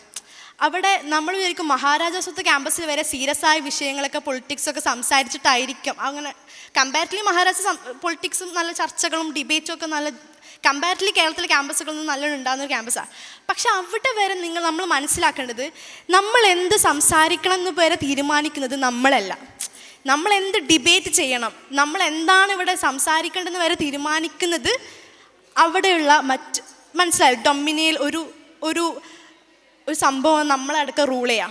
അപ്പോൾ ഫസ്റ്റ് ഇയറിലടക്കം ഞാനടക്കം നമ്മളടക്കം എന്താ അതിൻ്റെ ഭാഗം തന്നെയാണ്. അവർ കുറേ ചോദ്യം ചോദിക്കും, നമ്മളിതിന് മറുപടി പറയുക, ടയേർഡാവുക, നമ്മൾ തളർന്നു പോവുക. പക്ഷേ എന്നെ സംബന്ധിച്ചിടത്തോളം നമ്മൾ മറുചോദ്യങ്ങൾ ചോദിക്കാൻ പഠിപ്പിച്ചു. അതേ നമുക്കിവിടെ വഴിയുള്ളൂ. കാരണം അവർ വരച്ച സ്ക്രിപ്റ്റ് അല്ലെങ്കിൽ ഇവിടുത്തെ SFI പോലെയുള്ള അവരുടെ സംഘടനാ മികവ് നമ്മൾ അവരുടെ ആ മികവ് അംഗീകരിച്ചു കൊണ്ട് തന്നെയാണ് പ്രതിരോധിക്കേണ്ടത്. കാരണം അത്രത്തോളം നമ്മുടെ ക്യാമ്പസിലൊക്കെ അടിയുണ്ടാവും. ഞങ്ങൾ പെമ്പിള്ളേർ ഇപ്പോൾ ഞങ്ങൾക്ക് തല്ലാൻ പറ്റുമല്ലോ, ഞങ്ങൾ ചെയ്യുന്നതിനൊക്കെ ഇവിടുത്തെ നാട്ടുകാരനായ ബിലാലാണ് എന്നും അടി വാങ്ങാം. ഈ അടുത്ത് വരെ അടി വാങ്ങി, എപ്പോഴും അങ്ങനെയാണ്. അപ്പോൾ ഞങ്ങൾ എന്ത് ചെയ്താലും ബിലാൽ അടി കൊള്ളും, അങ്ങനെയാണ്. അപ്പോൾ എന്ത് പ്രശ്നം നടന്നാലും പിറ്റേ ദിവസം കോളേജിലെ കുട്ടികൾ മൊത്തം കണ്ടിട്ടുണ്ടാവും SFI ആണ് പ്രശ്നക്കാർ. പക്ഷേ പിറ്റേ ദിവസം അവരൊരു പുസ്തകവും അവരൊരു സ്ക്രിപ്റ്റും അവരൊരു ക്യാപ്സ്യൂളുമായിട്ട് കുട്ടികൾക്ക് മുമ്പിൽ വരും. അതിൽ നമ്മളടക്കം വീഴും. സോ അത്തരത്തിലൊരു വലിയൊരു സംഘടന ഫലമുള്ള അല്ലെങ്കിൽ എന്ത് നടന്നാലും അതിനെ അവർക്ക് അനുകൂലമാക്കി തീർക്കുന്ന രീതിയിൽ വലിയൊരു അങ്ങനത്തെ ഒരു പവറിന് മുമ്പിലാണ് നമ്മൾ കുറച്ച് പേര് ഓപ്പോസിറ്റ് നിൽക്കുന്നത്. അപ്പോൾ ഞാൻ ആദ്യം പറഞ്ഞ ഈ മെയിൻ പൊളിറ്റിക്സ് മെയിൻ ആവുക നിങ്ങൾക്ക് കുറേ റിലേറ്റ് ചെയ്യാൻ പറ്റും. കേരളത്തിലെ ക്യാമ്പസുകളൊക്കെ നിലകൊള്ളുന്നത് ഇപ്പോൾ ഗാങ്ങിൽ മെയിൻ ആവുക. ഇപ്പോൾ എന്നെ സംബന്ധിച്ചിടത്തോളം സ്വാഭാവികമായിട്ടും ക്യാമ്പസ് നല്ല ആക്റ്റീവായിട്ടൊരാളാണ്. പക്ഷേ ഞാൻ രാഷ്ട്രീയം സംസാരിക്കുന്നു അല്ലെങ്കിൽ SFIക്കെതിരെ അതും SFI മാത്രമല്ല ഇവിടെ പ്രശ്നം. ഇവിടെ ഒരു വോക്കിസം എന്നൊരു സംഭവമുണ്ട്. നിങ്ങൾക്ക് മനസ്സിലായോ എന്നറിയില്ല. വോക്കിസം എന്നൊരു കോൺസെപ്റ്റ് ഉണ്ട്. ഈ വോക്കിസത്തിലാണ് ഇവിടെയുള്ള എല്ലാ ക്യാമ്പസും പോകുന്നത്. കാരണം വെച്ചാൽ ആധുനിക മനുഷ്യരാവുക അല്ലെങ്കിൽ നമ്മൾ പുരോഗമനവാദികളാണ് നിരന്തരം ബോധിപ്പിക്കുക, അതിനുള്ള നമ്മൾ തെളിയിച്ചു കൊണ്ടിരിക്കുന്ന അവസ്ഥഗതികേട്. അപ്പോൾ ഈ വോക്കിൽ തന്നെയായിരുന്നു ഞങ്ങളൊക്കെ ഫസ്റ്റ് ഇയറിലടക്കം പോയിക്കൊണ്ടിരുന്നത്. പക്ഷെ പിന്നെ തിരിച്ചറിവ് വരാണ്, ഇനി നമുക്കിങ്ങനെ നിന്നാൽ നമ്മുടെ ഐഡൻറ്റിറ്റി പ്രശ്നമാണ്, നമ്മുടെ ദീൻ ഇവിടെ ഉപേക്ഷിക്കപ്പെടേണ്ടി വരും. അങ്ങനെയാണ് മഹാരാജാസ് പോലത്തെ ക്യാമ്പസിൽ പിന്നെ തിരിച്ച് ശബ്ദിക്കാൻ പല വിഷയത്തിലും. അതിൽ ജസ്റ്റ് ഒരു അനുഭവം കൂടി പറയാം. ജെൻഡർ പൊളിറ്റിക്സ് നമ്മളെ കേരളത്തിൽ ഇപ്പോൾ ഭയങ്കര കത്തി നിൽക്കുന്ന വിഷയമാണ്. നമ്മളെ സംബന്ധിച്ചോളം മഹാരാജാസ് നിങ്ങളിപ്പോൾ സോഷ്യൽ മീഡിയയിൽ നിരന്തരം കേൾക്കുന്നുണ്ട് വെച്ചാൽ ജെൻഡർ പൊളിറ്റിക്സിൻ്റെ പേരിൽ വിമർശനങ്ങളൊക്കെ കേൾക്കുന്നുണ്ട്. അപ്പോൾ നമ്മളെ സംബന്ധിച്ചിടത്തോളം എന്താ വെച്ചാൽ അവിടെ നിൽക്കണമെങ്കിൽ ഇതിനൊക്കെ അംഗീകരിക്കണം, ഇതിനൊക്കെ യെസ് പറയണം. ഈ ഒരു ആദർശത്തെ അല്ലെങ്കിൽ LGBTQ എന്നൊരു ആശയം വരാണ്, അല്ലെങ്കിൽ ഹോമോസെക്ഷുവാലിറ്റി വരാണ്, ഞാനിതിനെ അംഗീകരിച്ചിരിക്കണം, ഞാനിതിനെ ആക്സെപ്റ്റ് ചെയ്തിരിക്കുന്നു എന്ന് യെസ് നോ അല്ലെങ്കിൽ അങ്ങനത്തെ ഒരു മറുപടി നിരന്തരം പറയിപ്പിക്കാം. പക്ഷേ ഒരു ഫസ്റ്റ് സെക്കൻഡ് ഇയർ നമ്മളിതൊക്കെ ഇങ്ങനെ പോയി. പക്ഷേ അവസാനം എനിക്കൊക്കെ നല്ല കുറ്റബോധം എന്നൊരു സാധനം വരുന്നത്. കാരണം നമ്മളെ ക്യാമ്പസിൽ അതിൻ്റെ പീക്കാണ് നടക്കുന്നത്. അവിടെ ഒരാൾക്കും മതം പറയാൻ പാടില്ല, അല്ലെങ്കിൽ ധാർമ്മിക മൂല്യങ്ങൾ സംസാരിക്കാൻ പാടില്ല. ഇത് സംസാരിച്ച് നമ്മൾ കോളേജിൽ നിന്ന് ഔട്ടാവുക, ഇങ്ങനെ വലിയ വിഷയം നടക്കുമ്പോൾ ഈ കുറച്ച് മാസങ്ങളായിട്ട് നമ്മുടെ ക്യാമ്പസിനെ കുറിച്ച് പൊതുവെ പുറത്ത് വലിയ മോശമായ ഇത് വരിക, ഇങ്ങനെ എല്ലാം കൂടി വന്നപ്പോൾ ക്യാമ്പസിനകത്ത് തന്നെ ഒരു മൂവ്മെൻറ്റ് ഉണ്ടായി. മൂവ്മെൻറ്റ് എന്ന് വെച്ചാൽ അത് ഇന്ന പാർട്ടി എന്നല്ല, അതിൽ SFIക്കാരായ ആൾക്കാർ അല്ലെങ്കിൽ ഒരു പാർട്ടിയില്ലാത്ത ആൾക്കാരടക്കം ഇനി ഈ ജെൻഡർ പൊളിറ്റിക്സ് ഞങ്ങൾക്ക് സഹിക്കാൻ കഴിയില്ല എന്ന് പ്രഖ്യാപിച്ചു. വെച്ചാൽ തുടക്കം കുറിക്കുന്നത് സ്പോർട്സ് മീറ്റിലൂടെയാണ്. സ്പോർട്സ് മീറ്റിനൊരു പോസ്റ്റർ വരാണ്, ജെൻഡർ ന്യൂട്രൽ സ്പോർട്സ് മത്സരം. വെറും അതിലൊന്നും ഒരു അർത്ഥമില്ലാന്ന് അവർക്കും അറിയാം. ജസ്റ്റ് വെറുതെ ഞങ്ങൾ സൂപ്പറാന്ന് കാണിക്കാൻ വേണ്ടിയിട്ട്. കാരണം എല്ലാ ആൾക്കാരും ഒന്നിച്ച് മത്സരിക്കുക, അത് യൂണിയൻ്റെ സ്പോർട്സിൻ്റെ അങ്ങനെ അത് ഭയങ്കര മാസാക്കി കാണിക്കുക. അന്ന് ക്യാമ്പസിലെ നമ്മൾ വിചാരിക്കാത്ത ആളുകളടക്കം പ്രതികരിച്ചു. ഇതിലെവിടെയാണ് ജസ്റ്റിസ്? ജെൻഡർ ന്യൂട്രാലിറ്റി സ്പോർട്സ് നിങ്ങൾ ആലോചിച്ച് നോക്കിയേ, ഒരു ആൺകുട്ടിയും പെൺകുട്ടിയും ട്രാൻസ് അങ്ങനെ എല്ലാവരും ഒന്നിച്ച് മത്സരിക്കാം. നമ്മൾ ഫിസിക്കലി വ്യത്യസ്തരാണെന്ന് പറയാൻ പറ്റൂല. നമ്മൾ മറ്റേ 11 പണ്ടത്തെ 6-ാം നൂറ്റാണ്ടാരോ അങ്ങനെ.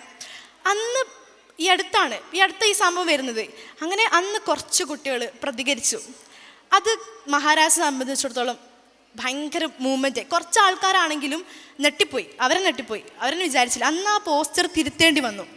പിന്നെ അതിന് ശേഷം ധാരാളം ഡിബേറ്റുകളുണ്ടായി. അതിനൊക്കെ മെയിനായിട്ട് ഞാനും ഇടപെട്ടു.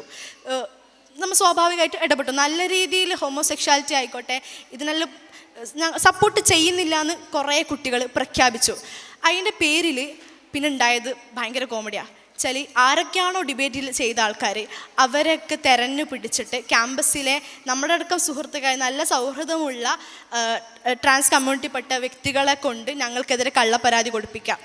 അങ്ങനെ ക്യാമ്പസിൽ ഞങ്ങൾ ആരൊക്കെയാണോ അന്ന് ഡിബേറ്റ് ചെയ്ത് അവരെല്ലാവരും കള്ളപ്പരാതി കൊടുത്ത് പിന്നെ ഒരാഴ്ച ഹിയറിംഗ് എന്ന് പറഞ്ഞിട്ട് മെൻ്റൽ പ്രഷർ. എന്നെയൊക്കെ ഹിയറിങ്ങിന് വിളിപ്പിച്ചു. നമ്മളെ സ്വന്തം പഠിപ്പിക്കുന്ന മിസ്മാരടക്കം മുഖത്തോക്കി പറയാം, ഏതെങ്കിലും കമ്മ്യൂണിറ്റിയുടെ ഗൂഢ ലക്ഷ്യം ഇതിന് പിന്നിലുണ്ടോ? ആസ് എ മുസ്ലിം എന്നൊരു സത്താണ് അവിടെ ചോദിച്ചത്. നിങ്ങൾ മുസ്ലിംസ് എന്ന രീതിയിൽ ഇതിനെ പ്രതികരിച്ചവരുടെ ലിസ്റ്റ് മൊത്തം എടുത്ത് അതിൽ 2 കുട്ടികൾ ഒഴിച്ച് ബാക്കി എല്ലാവരും ഒരു കമ്മ്യൂണിറ്റിയിലെ ആൾക്കാരാണ്. അപ്പം നിങ്ങൾക്ക് എന്തെങ്കിലും ഗൂഢതന്ത്രമുണ്ടോ എന്നൊക്കെ മുഖത്തോക്കി പച്ചക്ക് ചോദിക്കുകയാണ്. വർഗീയത എന്ന് നിങ്ങൾക്ക് മതപരമായിട്ടുള്ള ലക്ഷ്യങ്ങളുണ്ടോ ഇതിൽ, ഈ കോളേജിൽ ഇങ്ങനെ പ്രശ്നങ്ങൾ ഉണ്ടാക്കാമെന്നൊക്കെ നമ്മൾ പഠിപ്പിക്കുന്ന അധ്യാപകർ തന്നെ മുഖത്തോക്ക് ചോദിക്കുക. പിന്നെ അതിൻ്റെ പേരിൽ എന്നിട്ട് എനിക്ക് സസ്പെൻഷനൊന്നും കിട്ടാതെ തന്നെ SFIക്കാർ പറഞ്ഞു വരുത്താം, ഋതക്ക് സസ്പെൻഷനായി, പേടിപ്പിക്കുക, ഇനി മിണ്ടാൻ നിൽക്കണ്ട, മിണ്ടിയ ഋതക്ക് സസ്പെൻഷനായി, കണ്ടില്ലേ? ഇത്തരത്തിൽ ഭയങ്കര വോക്കായിട്ടുള്ള ക്യാമ്പസ്. ഇനിയിപ്പോൾ ഇത് മഹാരാജ് മാത്രമല്ല കേട്ടോ ഈ സാധനം വെച്ചാൽ കേരള വർമ്മ ക്യാമ്പസിലടക്കം നിങ്ങൾ കാണുന്നൊരു വിഷയമുണ്ട് വെച്ചാൽ നമ്മുടെ സ്ത്രീ എന്നത് വെറും അവളുടെ ലൈംഗിക സ്വാതന്ത്ര്യമാണ്, സ്ത്രീയുടെ സ്വാതന്ത്ര്യം. ഇതും വിറ്റ് മാത്രം വോട്ടുണ്ടാക്കുക.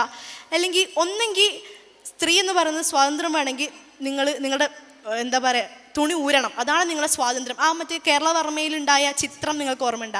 നവാഗതർക്ക് സ്വാഗതം ചെയ്തുകൊണ്ട് ഒരു നഗ്നയായ സ്ത്രീയെ വെച്ച് ഒരു വരച്ചിട്ടുള്ള ചിത്രം. അങ്ങനെ കേരളത്തിലെ ക്യാമ്പസുകളെ ഇങ്ങനെ വെറും ഒരു പ്രൊപ്പഗാണ്ടയിൽ ചിത്രീകരിക്കുക, നമ്മളെല്ലാവരെ കൊണ്ടും പുരോഗമനമാണ് തെളിയിപ്പിക്കുക. അവിടെ ഞങ്ങൾ മഹാരാഷ്ട്രയിലൊക്കെ കുറച്ച് ആൾക്കാർ നോ പറഞ്ഞു വെച്ചാൽ ഞങ്ങൾക്കൊരു ആവശ്യമില്ലായിരുന്നു. പക്ഷേ നമുക്കൊരു കാരണം നമ്മൾ റെപ്രസെൻ്റ് ചെയ്യാണ്, നമ്മൾ മുസ്ലിമായി റെപ്രസെൻ്റ് ചെയ്യാണ്, നമുക്കൊരിക്കലും അംഗീകരിക്കാൻ കഴിയില്ല എന്ന് അവിടെ പ്രഖ്യാപിക്കുക എന്ന് തന്നെയാണ് എൻ്റെ ദീൻ എന്ന് പറയുന്നത്. അപ്പോൾ എനിക്ക് നിങ്ങളോടും പറയാനുള്ളത് ഇത്തരത്തിൽ നമ്മുടെ ക്യാമ്പസ് എല്ലാം ഇങ്ങനെ വളരെ പ്രൊപ്പഗാണ്ട ആയിട്ടുള്ള ക്യാമ്പസാണ്. ഇനിയിപ്പോൾ ഇത് മഹാരാഷ്ട്ര പോലെ ചില ക്യാമ്പസുകൾ, ഇനിയിപ്പോൾ SFI ഏകാധിപത്യം അല്ലെങ്കിൽ അക്രമരാഷ്ട്ര ക്യാമ്പസുകൾ കഥകൾ ഇങ്ങനെയാണെങ്കിൽ ബിക്കോസ് എലക്ഷനൊക്കെ എലക്ഷൻ ഒന്നും ആലോചിക്കാനേ പറ്റുന്നില്ല. ഇവിടെ മന്ന ഷിഫ ഞങ്ങളുടെ എല്ലാ സഹപ്രവർത്തകരും ഉണ്ട്. കാരണം ഞങ്ങൾ കാരണം ഞങ്ങൾക്കൊക്കെ ധാരാളം പ്രവർത്തകർ ഫസ്റ്റ് ഇയറിലുണ്ടാവും. പക്ഷേ തേർഡ് ഇയർ എത്തുമ്പോൾ ആരൊക്കെ നമ്മളിപ്പോൾ ലാസ്റ്റ് വരെ ഉണ്ടാവും ജസ്റ്റ് ആലോചിച്ചാൽ മതി. കാരണം പല കുട്ടികളും കൊഴിഞ്ഞു പോകും. വെച്ചാൽ ഈ മെൻ്റൽ പ്രഷർ താങ്ങുക എന്നത് വലിയ വിഷയമാണ്. കാരണം ഞാനൊക്കെ ആലോചിച്ചിട്ടുണ്ട് എന്തിനടിച്ചാണ് ഞാൻ ഇതൊക്കെ അനുഭവിച്ചതെന്ന് ആലോചിച്ചിട്ടുണ്ട്. കാരണം ഒരാവശ്യമില്ലായിരുന്നു. അവിടെയാണ് ഇത് ഞാനിവിടെ ഇത്തരത്തിൽ മുഖ്യധാര മറ്റ് അടിമത്തത്തിലൊന്നുമില്ല, ഞാൻ അള്ളാഹുവിൻ്റെ അടിമയാണ് എന്നൊറ്റ ബോധത്തിൽ മാത്രമാണ് ഇതൊക്കെ അനുഭവിക്കാൻ പറ്റുന്നത്. അപ്പോൾ എനിക്ക് നമ്മുടെ ക്യാമ്പസിൽ വലിയ അനുഭവമാണ്. എനിക്ക് ജൂനിയേഴ്സ് ഇവിടെ ഉണ്ട്, എനിക്ക് അവരൊന്നും എപ്പോൾ അഭിമാനമാണ്. കാരണം ഇസ്ലാം ജസ്റ്റ് പോലും പ്രാക്ടീസ് ചെയ്യാൻ ഒരു തരി പോലും ഫ്രണ്ട്ലി ഇല്ലാത്ത ക്യാമ്പസാണ്.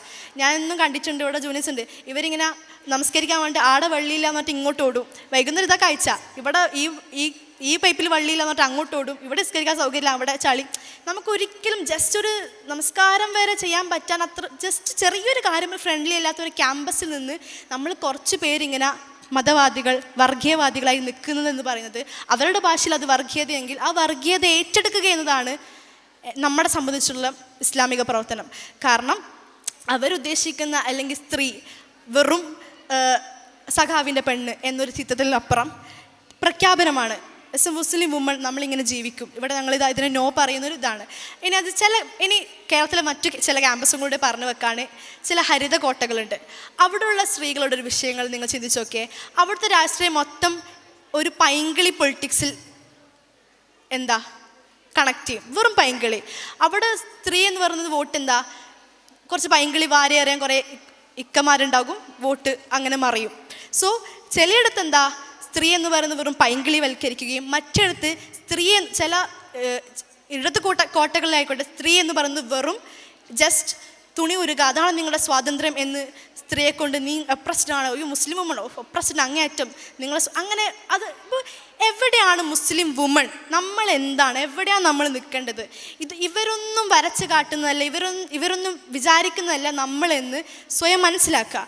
നമ്മളുടെ പൊട്ടൻഷ്യൽ അല്ലെങ്കിൽ ഇത് നമുക്ക് മാത്രമേ ഉള്ളൂ. കാരണം ഞാൻ മഹാരാഷ്ട്ര ക്യാമ്പസിൽ കണ്ട ഒരു വലിയ വിഷയം വെച്ചാൽ ഇപ്പോൾ GIA പോലുള്ള പ്ലാറ്റ്ഫോമുകൾ സത്യസന്ധമായി പറയാൽ അൽഹംദുലില്ലാ ഇങ്ങനൊരു പ്ലാറ്റ്ഫോമിൽ ചെറുപ്പം മുതലേ ജനിച്ചു വളർന്നു എന്നത് എത്ര അൽഹംദുലില്ലാ പറഞ്ഞാലും തീരൂല. കാരണം നമ്മുടെ ക്യാമ്പസുകളിൽ നമ്മുടെ ക്യാമ്പസുകളിൽ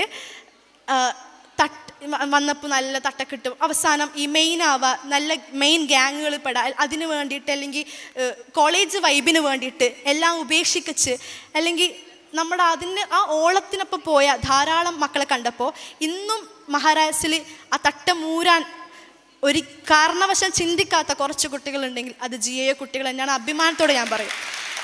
അത് എല്ലാവരും പറഞ്ഞ കാര്യം കൂടെ. ഇനിയിപ്പോൾ എന്നെക്കുറിച്ച് തന്നെ പലരും അഭിപ്രായപ്പെട്ട കാര്യമുണ്ട്. പേഴ്സണലി ഞങ്ങൾക്ക് അറിയാം വെച്ചാൽ ഋത എല്ലാം കൊണ്ട് ഓക്കെയാണ്, പക്ഷേ ഓൾക്ക് വൈബില്ല. ഇവരുദ്ദേശിക്കുന്ന വൈബ് എന്താണ്, ആ വൈബ് അങ്ങക്ക് വേണ്ട. നിങ്ങൾ ഉദ്ദേശിക്കുന്ന ഈ വൈബ് നിന്ന് കൊടുക്കാൻ നമുക്ക് താല്പര്യമില്ല. ഈ ഒരു പ്രഖ്യാപനം നിങ്ങൾ നിങ്ങളുടെ ക്യാമ്പസുകളിൽ പറയുക. ഇൻഷാ അല്ലാ റെഡി ആവും. ആരും വെച്ചാൽ ഈ കേരളത്തിൽ നമുക്ക് ചിലപ്പോൾ ജയിക്കൂലായിരിക്കും, നമുക്ക് വോട്ട് കുറവായിരിക്കാം, നമ്മൾ ക്യാമ്പയിനൊക്കെ നമ്മളൊക്കെ കളിയാക്കി ഊക്കി വിട്ടിട്ടുണ്ട്. അങ്ങനെ അങ്ങനെ ക്ലാസ് ക്യാമ്പയിൻ കയറിയിട്ട് ഇറങ്ങി ഓടിയ ചരിത്രമൊക്കെ ഉണ്ട്. പോട്ടെ, നമുക്ക് ജയിക്കാൻ പറ്റില്ലായിരിക്കാം, പക്ഷേ നമ്മളവിടെ പഠിച്ചപ്പോൾ നമ്മൾ ലാ ഇലാഹ ഇല്ലല്ലാഹ്, അള്ളാഹു അല്ലാതെ മറ്റൊരു ഇലാഹി. കാരണം ക്യാമ്പസുകളിൽ കുറേ ഇലാഹുമാരുണ്ട്, പല ഇലാഹുമാർ. ഈ ഇലാഹുമാരൊന്നും അടിമത്തം നമ്മൾ സ്വീകരിച്ചിട്ടില്ല എന്നുള്ള വലിയ പ്രഖ്യാപനമാണ് നമ്മൾ നടത്തേണ്ടത്. അസ്സലാമു അലൈക്കും. ജസാക്കല്ലാഹ് ഖൈറൻ. ഇവിടെയുള്ള ഈ സെഷൻ നമ്മുടെ ക്യാമ്പസ് ജീവിതത്തെ ലീഡ് ചെയ്യട്ടെ. ഡിസ്കഷൻസിന് സ്കോപ്പില്ലാത്ത വിധം നമ്മൾ ലേറ്റ് ആയിട്ടുണ്ട്. അപ്പോളജീസോട് കൂടി അവസാനിപ്പിക്കുന്നു ഇൻഷാ അല്ലാ. അസ്സലാമു അലൈക്കും വറഹ്മത്തുള്ളാഹി. ഒരു മിനിറ്റ്.